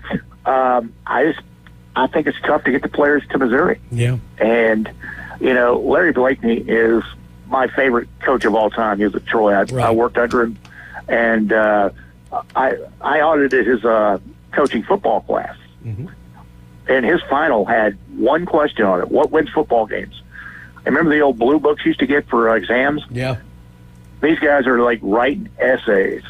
And I just tore a corner out of it, and I wrote down 2 words and walked up and handed it to him. He looked at it and said, A+. Football players. If I have better football players than you do, chances are I win. Yep. Well, we talked. What is the record? We talked about this in the previous segment. Mitch had called in and asked what we thought about Billy Napier. What kind of a record does he need to not be on the hot seat? I say just a 5-7 record with a close loss to Florida State. What is it for you? How can Billy Napier not finish this season fired? I don't think they'll fire him this year. You got to get another year, let him get his own guys in there. But if he goes 5-7, but has big losses to Georgia, Tennessee, and Florida State, then that's when the people in Gainesville are going to start, shaking their heads a little bit. Yep. All right. And he can't drop one he shouldn't drop. Yeah. So he cannot lose. Like, he can't lose to Vandy at home. Yeah. That's Right. Yeah. What about South Carolina on the road? That one's almost acceptable because I think Beamer Ball is on the upswing. I watched the replay the other night of the Clemson game last year, and Beamer Ball won that whole thing. Just the special teams and just the hustle. I'm not sure any coach in the United States has done a better job with the kids that they have than he's done over the last 2 years. I'm not sure South Carolina is a, quote, stepping stone job. Right. But if I'm at Alabama and Nick Saban suddenly decides, you know what, I am done with this, I think Shane Beamer is my first call. Wow. I don't know if I put him first, but I think you definitely give a guy like that a call. I mean, I think he's Well, he'd be in the team picture. Yeah, there you go. Oh, man. Steve, one more for you here. Give me something that you gave us. You said is pretty cool. Kiffin and Chef Emerald each have daughters that are going to be pledging to be in Ole Miss sororities. Tell us a little bit more about that. Think about that. I mean, if you're a sorority at Ole Miss, how big is it to get the head football coach's daughter? And how big is it to get Emerald's daughter? Because you know he's going to come cater your house. Yeah. At some point. And on a personal note, my great niece just moved into Oxford, moved into her dorm. Awesome. So she's pledging too. So we have another generation of my family at Ole Miss, which, Brian, I think we're beating you on the state thing right there. There we go. Well, I have to say this, Steve. So we've talked now about Ole Miss sorority pledging and UFC in this show, and UFC is the second bloodiest sport we have discussed of those two. It is something at Ole Miss. I tell you what, I mean, I've been to 2 formals with Ole Miss sorority girls. Those things, I tell you what, they are dog eat dog. That's right. All right. Hey, Steve, we're out of time for today. Thanks so much for giving us some of your time. Looking forward to catching up with you next week. Hey, we got real football coming up Saturday. Yes, sir. Notre Dame Navy. What game are you looking forward to the most? Any game. Which one are you targeting? Well, UTEP plays at Jacksonville State. State's first game as an FBS school. But just on a personal note, my old boss, Johnny Williams, who was AD at Troy, runs all the games out of Montgomery. Mm-hmm. And he's got, on ESPN, he's got North Alabama and Mercer. So Ole Miss fans get to see Mercer the week before they go to Oxford. So that's going to be a good one. How about and the week after that, he has the Red Tail Classic with Tuskegee. Sounds good, man. Oh, Steve, again, thank you so much, and we'll catch up with you next week. All right. That's Steve Barnes. He's the senior writer for therebelwalk.com. Go check out the content that they have over there. It is great quality stuff. Coming up next is the PCB Hobby Takeover with Tom Mueller, owner of PCB Hobby. We'll be right back. The Magnificent Seven are warming up in the bullpen, and we'll be with you as soon as Leonard hits into a 6-4-3. That's 6-4.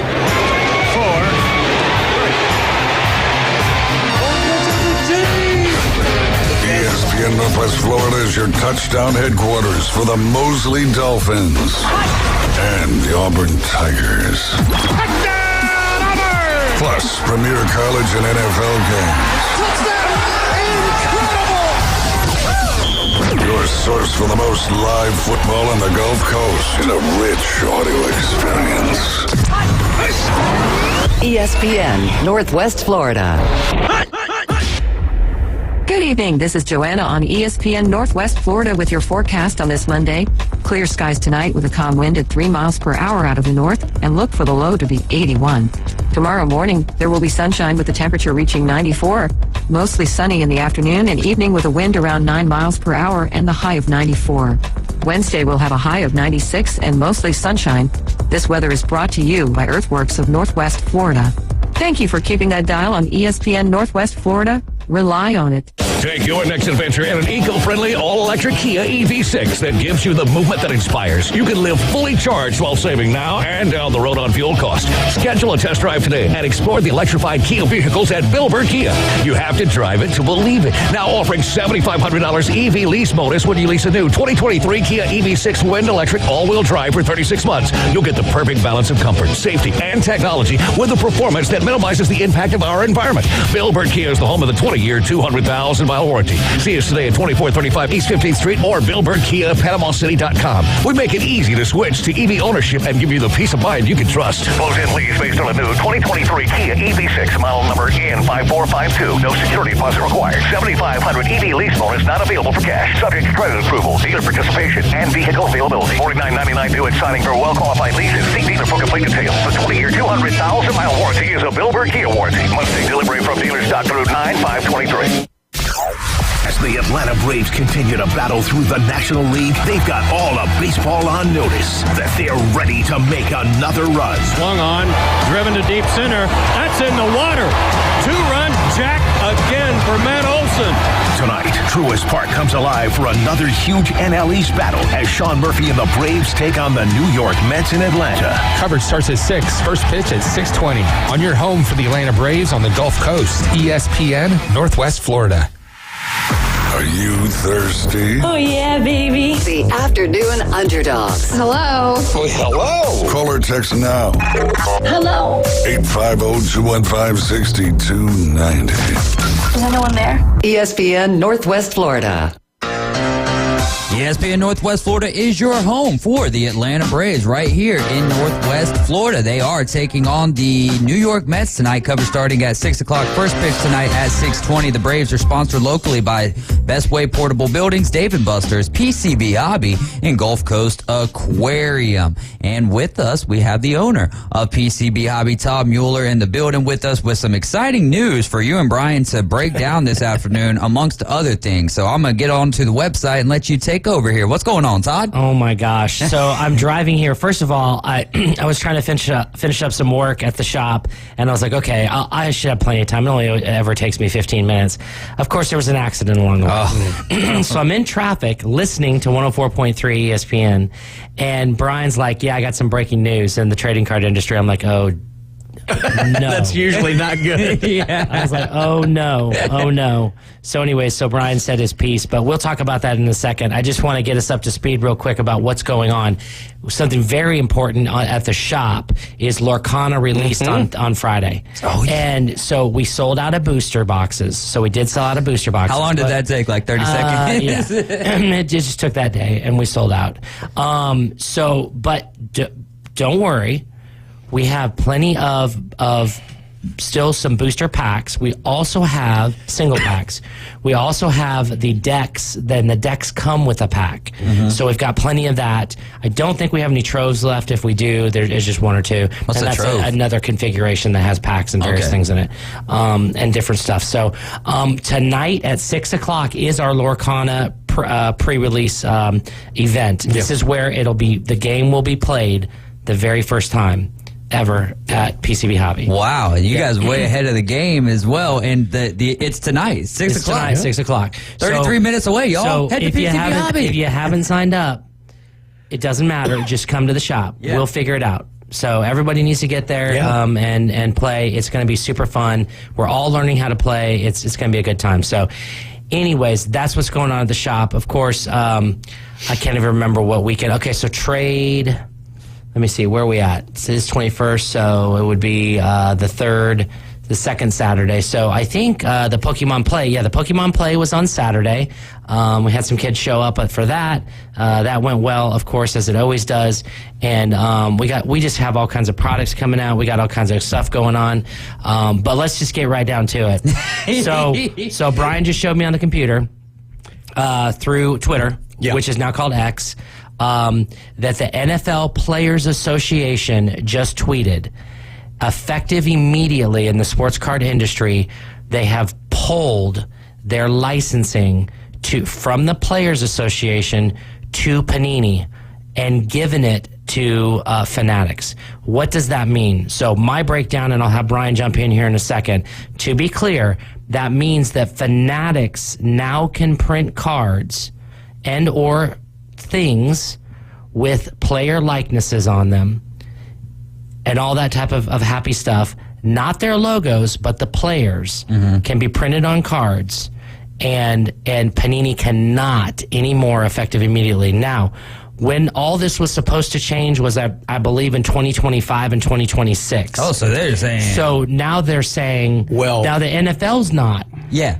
But the Players Association is, right. Well, and it goes deeper than that. So what originally was going to happen in 25 was that the logos would be the issue. That was the NFL itself. So theoretically, and it used to happen in baseball, Panini could have still made cards with players.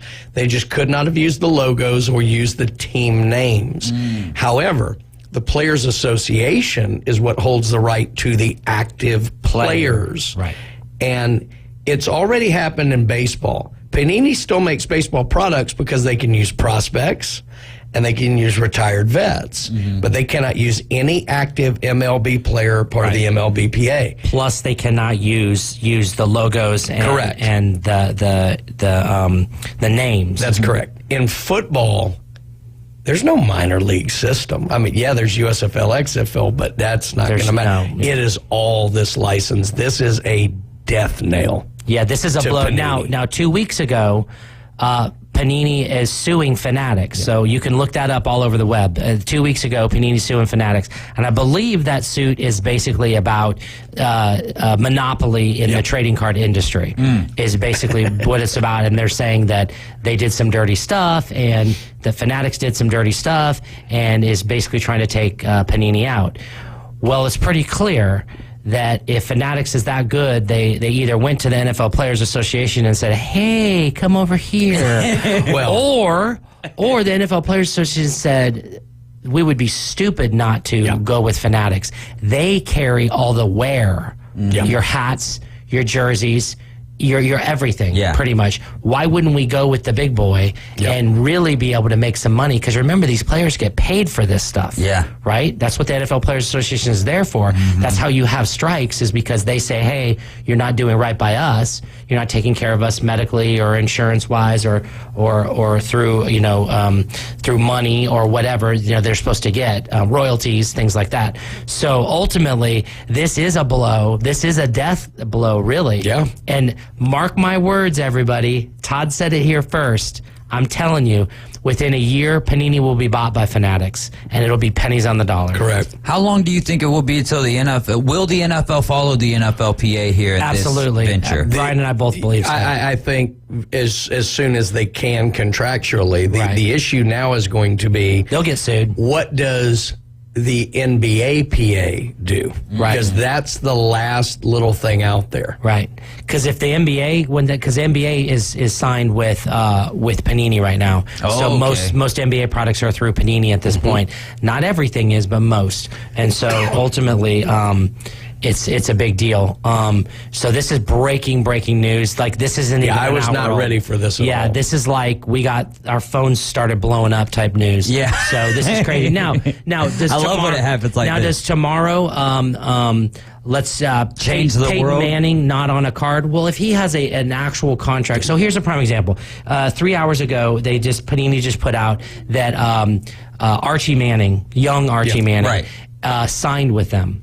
That's right. And they'll produce cards of him. Now, he has a direct contract with them. Right. He is welcome to honor that, is what the article, not the article, but the tweet says. He is welcome to honor that. So what does that mean? Any direct signed contracts, they are welcome to honor with Panini. Now, would you honor that with Panini? I don't know. I mean, honestly, I don't know. Would I? No, I wouldn't. I'd be like, psh, we all can't cut and run. So why wouldn't we just go over to Fanatics and try to sign the deal with them? Right. Now, what? It's almost like a losing. Like, my card's not going to even be bought by that many people because you don't even have the license. Yeah, you don't have the platform. Now. So it's going to be very interesting. I bet Bill's blowing my phone up already. Would it be exclusive? Like, if he decides to honor that deal, is it exclusive with Panini for him? It would be exclusive with Panini if that's this contract he signed with them. I'm sure there's outs in many contracts based on many different things. Like, if Panini is not able to produce my card because, let's say, the NFL pulls out and says, you can't use the logos anymore either, or any of that type of stuff. So now they're not able to produce a full issued card, right? Well, then he may be able to get, any of these players may be able to get out of their contracts with Panini. Well, and the Arch Manning issue is slightly different in that he is through the NIL deal. Right. Yeah. He is not a member of the NFLPA. And look, based on the way these unions are organized, none of the guys are going to break from the union. No, and not from NIL anyways. NIL deals are still going to be NIL deals. That's correct. So that's all great. I mean, for Panini will still be able to produce all that stuff and do all this stuff. But it's so Topps small. made it through it too. Yeah. Let's be fair here. Topps made it through the same thing. Yep. Topps had to stop producing NFL cards, but they were still able to produce some things with some. And Panini's made it through with MLB. They've been able to produce some things. They just couldn't do certain things, like, again, have logos and things like that. But so in the end, will this completely kill Panini? No. But if I was Panini, what I would do is I would use the court case that you've got against Fanatics.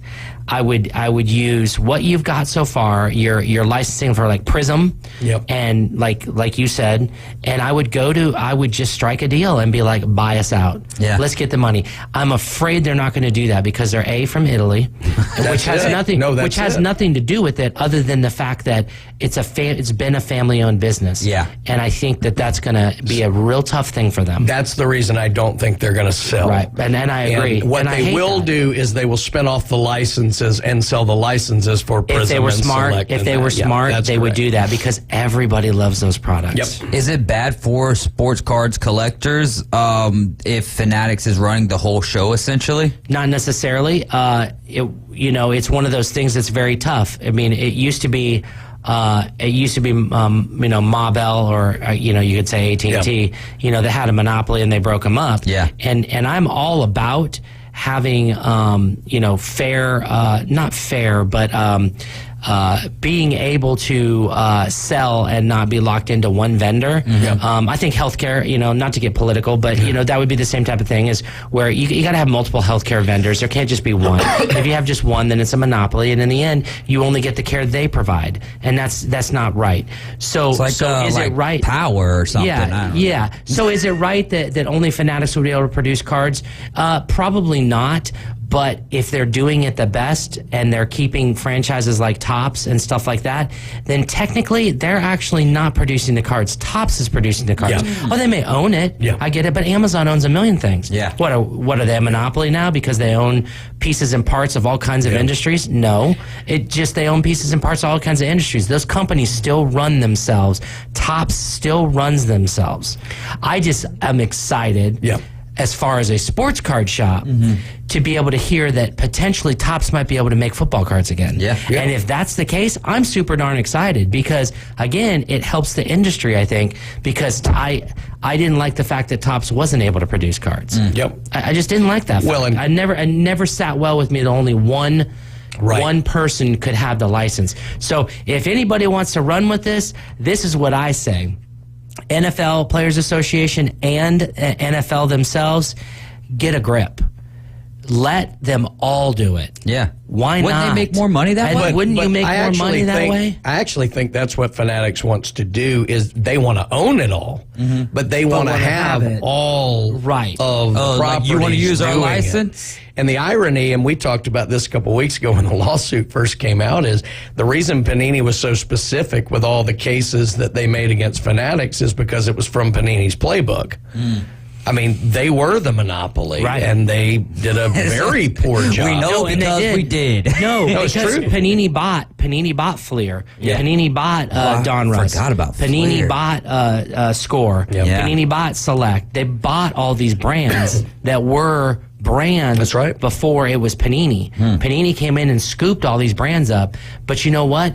In a way, they scooped a smaller picture. I don't think they realized that they had to become the largest, and they didn't. Topps stayed in that spot. Without football? And so what they should have done is they should have went and bought Topps. That would have put the pressure on anybody else to be like, well, we can't break into the market because you own it. Because Fanatics has Topps. Because now Fanatics has Topps. Got you. So it was crazy. It's all business. Yeah. I mean, I love it because I'm a business guy. This is like right down my alley. I mean, this is the stuff I think about when I'm up at night at 2 a.m. I'm thinking about business transactions and how things work like that. I got to get this in because, number one, Bill will kill me if I don't. But number two, this is what I was excited to go into until 4:26 p.m. when this news broke. And this will be good for all of our, local lovers and haters of the Crimson Tide. Bowman, which is part of Topps, part of Fanatics, they own the college licenses. We've talked about that, and we've opened some college product here. Yeah. In a couple of weeks, Bowman Chrome University, Alabama edition. Just like 100% Alabama. All Alabama. It's all about now they're going to have autos. And patches and separate. Oh, it's going to be a monster. Have they ever done that for like a single? Upper Deck. Upper Deck did it about 12 years ago, somewhere in there. 12, I know. Yeah, 2011, 12, 13, somewhere around in there, they did it, and it was very successful. And very successful. We're actually maybe once we, because we'll get them early, we may in a couple of weeks bring some on the show. Absolutely, 100%. Yeah, really, 100%. Well, you did bring some. We did bring some stuff. I wanted to show off. Brian actually told me, look, you need to bring something to show off, and I said, yes, sir. So ultimately, we brought a couple cards. So what we wanted to show here specifically, that cards are not just about a player on a card. Cards can be about all kinds of things, and they have all kinds of fun products out there. We're going to be getting probably in a month and a half, Allen and Ginter, I believe. That's a Topps product, which has lots of neat stuff in it. The types of neat stuff we're talking about is cards like this. This card has a coin inside of it. This happens to be Willie Mays. Wow. Okay, and it's from Topps Gallery, and this is the currency connection. Yeah. And so what they did is they put a 1958 brilliant uncirculated wheat penny in there. Of course, I know that because I'm a coin guy. Anyone else would be like, penny. There's a penny in it, right? But it actually gives some value to the card because they made it with something other than just sports memorabilia. And Brian's holding one that has... And this one is from 1954 that is a 1954 silver nickel. Nice. Which I don't know anything about, but Todd does. I do. But what they did, and there's a story on the back of the card. See, cards aren't just about flipping and making money. There's a story. This is from the year Willie Mays made the catch. Oh, wow. I think the 1948, I think, is when he made his major league debut. There are stories assigned to the years, and then they put a coin. So what I love about these is it connects two hobbies together. That's what I was just talk about hobby takeover. Yeah, with PCB it's beautiful. Hobby. It's beautiful. And so like this one, 1958 was the first year he played for the San Francisco Giants. So that's first season when in they San moved Francisco. to San Francisco. So when they moved to San Francisco, so that commemorates that. So it's kind of cool that it's got a penny in it commemorating 1958. Happens to also be the last year of the wheat penny, which is neat. Yeah. And it happens to be in brilliant uncirculated condition, which is the condition level of the coin. Yeah. So again, not real high value, $1, $2 coin, but in the card like this, in commemoration of this, they only produce so many of these cards. Yeah. You know, it's now a $25 card. Yeah. It's really neat. They're awesome. So look for products like that at PCB Hobby that we're going to have, that are going to have stuff like that. Allen and Ginter is going to be one of the largest ones that you're going to want to get in on because Topps does it up every year. I literally saw a card one time that had a piece of General Lee's hair. Yeah. As in the Confederate General. How did they? So apparently through auction, was able to acquire some hair from him way back when and got auctioned off. And so then they actually put it in the card. So there is some cool stuff you can find. Yeah. That's not in this coming out, but I'm just saying that's an example of something so outlandish. Yeah. You know. That you can get. So and anyways, that's what makes collecting, right? That's what makes it cool. So we got stuff like Lorcana going on, Pokemon going on, Topps Magic the Pristine Gathering, baseball Topps this Pristine. Wednesday. Yep, this Wednesday, Topps Pristine's coming out. It's a great product. Everybody loves it. Got a whole case of that came in. We're ready to go on Wednesday morning.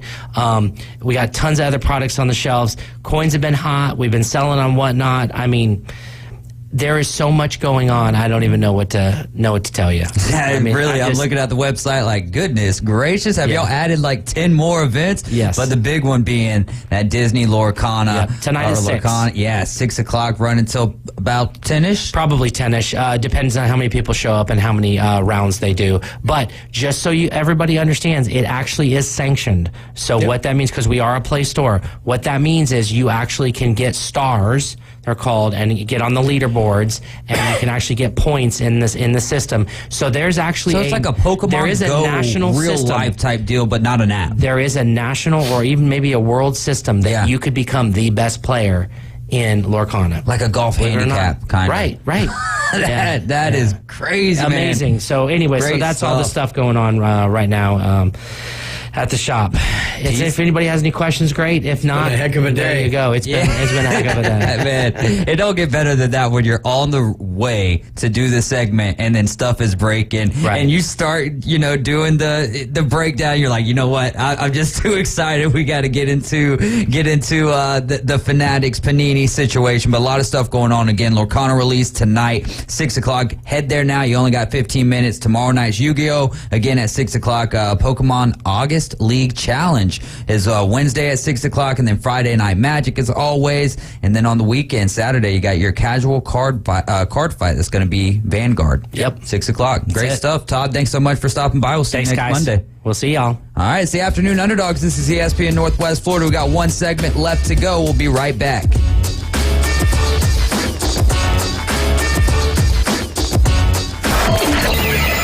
Set your alarm clock to wake up with the Coach Hales Show on ESPN Northwest Florida. In-depth local and college sports from expert insiders and a dash of controversy. Can be deadly. Weekday mornings 7 to 9. Nothing says good morning like a drunken human alarm clock. We're live from the J. Michaels studio. We all know he loves the Florida Gators, but that's okay. ESPN Northwest Florida. I can control the world. Hey folks, Chris Kramer with Bill Kramer GM. And the best place to listen to the Inside Drive with Ryan Mulvey is inside a brand new vehicle from Bill Kramer GM.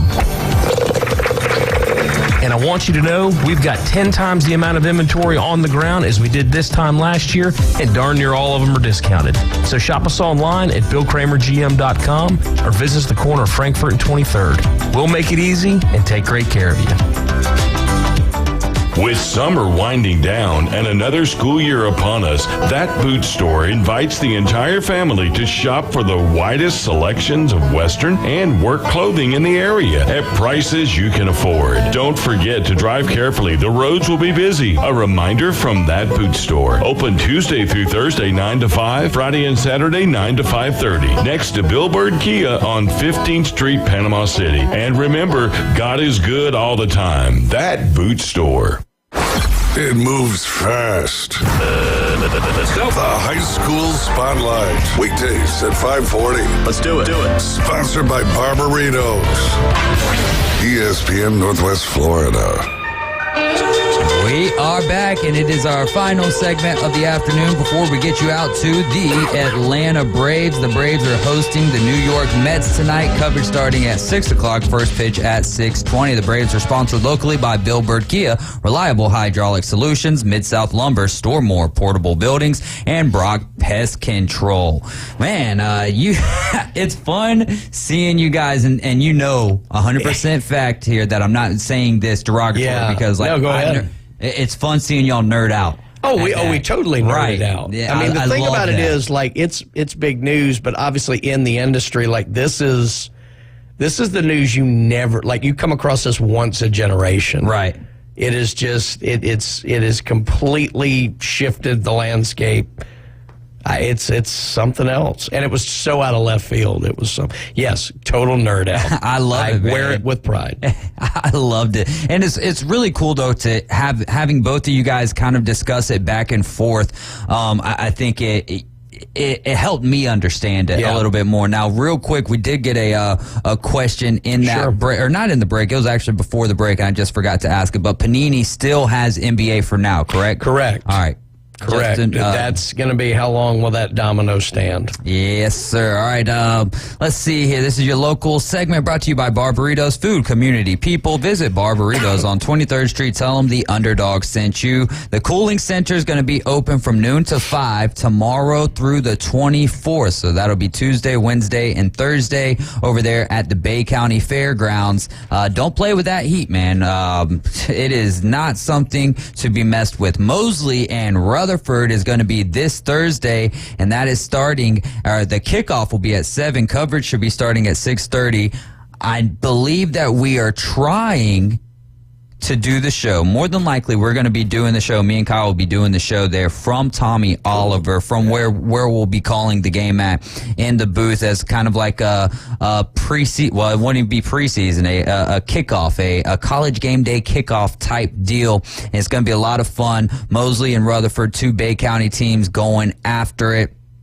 So make sure you get out there to Tommy Oliver, pack it out. If you can't make it, if you're working or whatever, just get the ESPN Northwest Florida app or just listen on the radio at 104.3. Or if you're working over there in Port St. Joe, you can put it on 101.9 and you can hear the call. I'll be doing the play-by-play, Kyle Wright, with the color commentary. Again, we got to go to Sweat Dreams. Just give them another shout-out.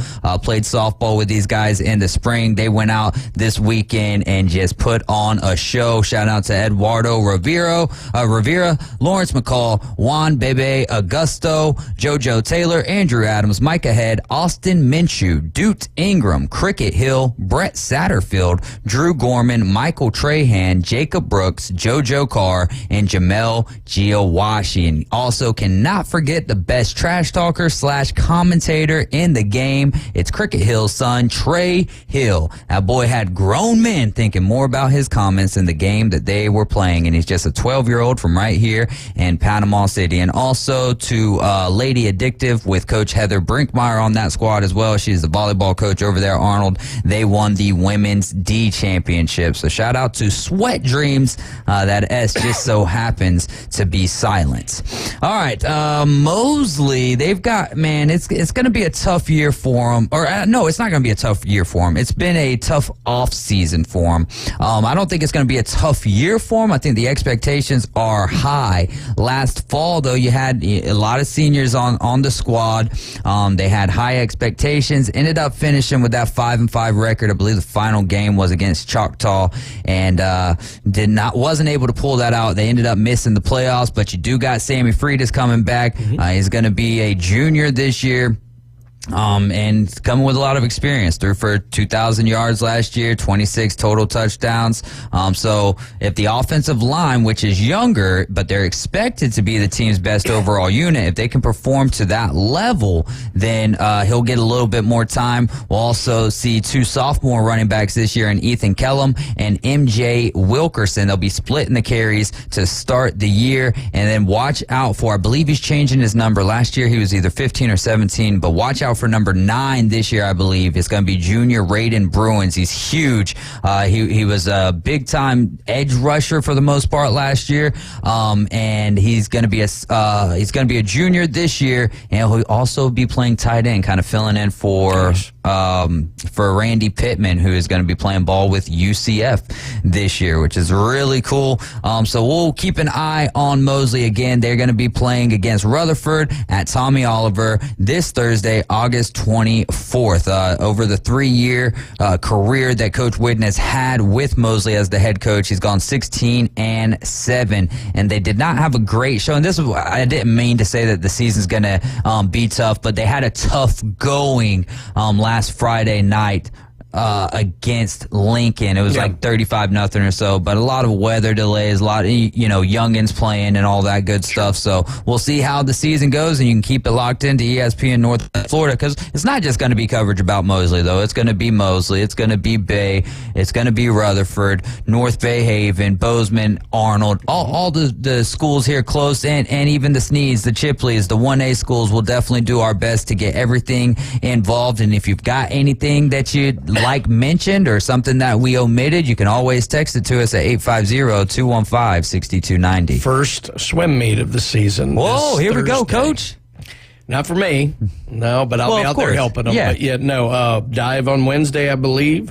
Swim on Thursday at Frank Brown. I can't believe it's already starting. It's August, but we're already getting started. So yeah, man. Fall sports in full swing all across the spectrum. I think cross country's heating up. Why I think is swimming a fall sport? Probably because almost all the pools in Florida are outdoor, and they want to get it done before the winter. So what about, like, let's say Nashville? Or even the capital of Tennessee, Memphis. Shout out Jay Henley. Yeah, I heard that. That was a great sounder. No, in a lot of areas, it just kind of depends. But in Nashville and a lot of the Midwest, it will be what's called a winter sport, and they'll do it in February. But they're all swimming indoors. They're swimming indoors. It probably has more to do with the facilities. Gotcha. But no, it's a fall sport in Florida. It'll be done by the first or second week in November. So, how about the divers? Same.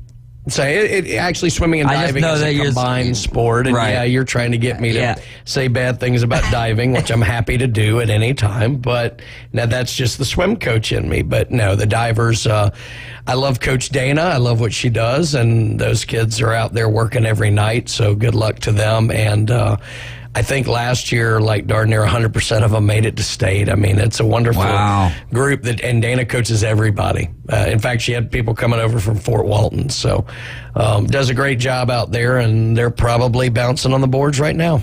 If we have anyone out there, if you guys know anyone out there who, not just one singular school, but kind of keeps a very close tab on all things volleyball.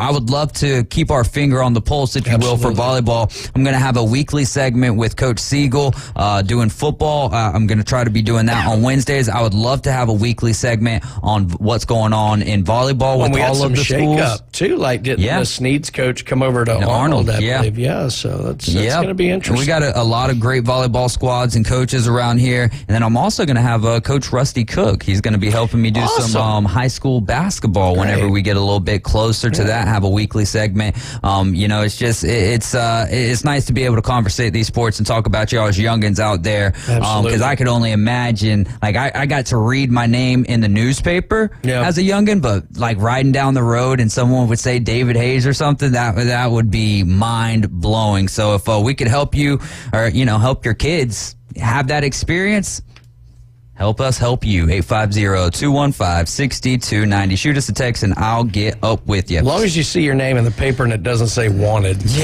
Yeah, I don't think that would be too good. Did you hear anything about this Jimmy Graham situation? So he was arrested on suspicion of being under the influence of a controlled substance and then resisting, delaying, and obstructing a police officer. This was per TMZ. Graham was arrested in Newport Beach, California after exhibiting erratic behavior. But after being evaluated by a doctor, the Saints believe that Graham experienced a seizure and he was released from the hospital Saturday morning and is back with the Saints now. I wasn't aware of this specific other than he was like detained or whatever it was, but I have actually witnessed a similar scenario where someone went into a diabetic shock and they exhibit a lot of the same traits. And, the cops honestly don't know what they're dealing with if they're not aware of anything like that. And this one got a little ugly at first, and then fortunately somebody drove up on the scene and knew the person and was able to say, no, this is what's going on, and they were able to get them the help they need. So it can happen, and it does look a lot like, someone's driving inebriated, and it's difficult. Oh, man, I can only imagine. And when I say this, I don't mean just the cops. I mean all first responders. Right. The stress that comes along with that, and then having to make the right decision at the right time every single time in this climate. Well, everybody's an Shout armchair out to quarterback, y'all. but doing it live is a totally different thing. So, keep that in mind when you're trying to judge people on how they deal with situations with public safety involved. All right, that's going to do it for us. Coach Brian Haddad, thank you so much. Sir. Bone Crusher, as always, crushing it. I'm David Hayes. We're the Afternoon Underdogs. Don't forget the race to Daytona at 8:45 in the morning. Tomorrow morning, Coach James Howell Show. We'll see you tomorrow.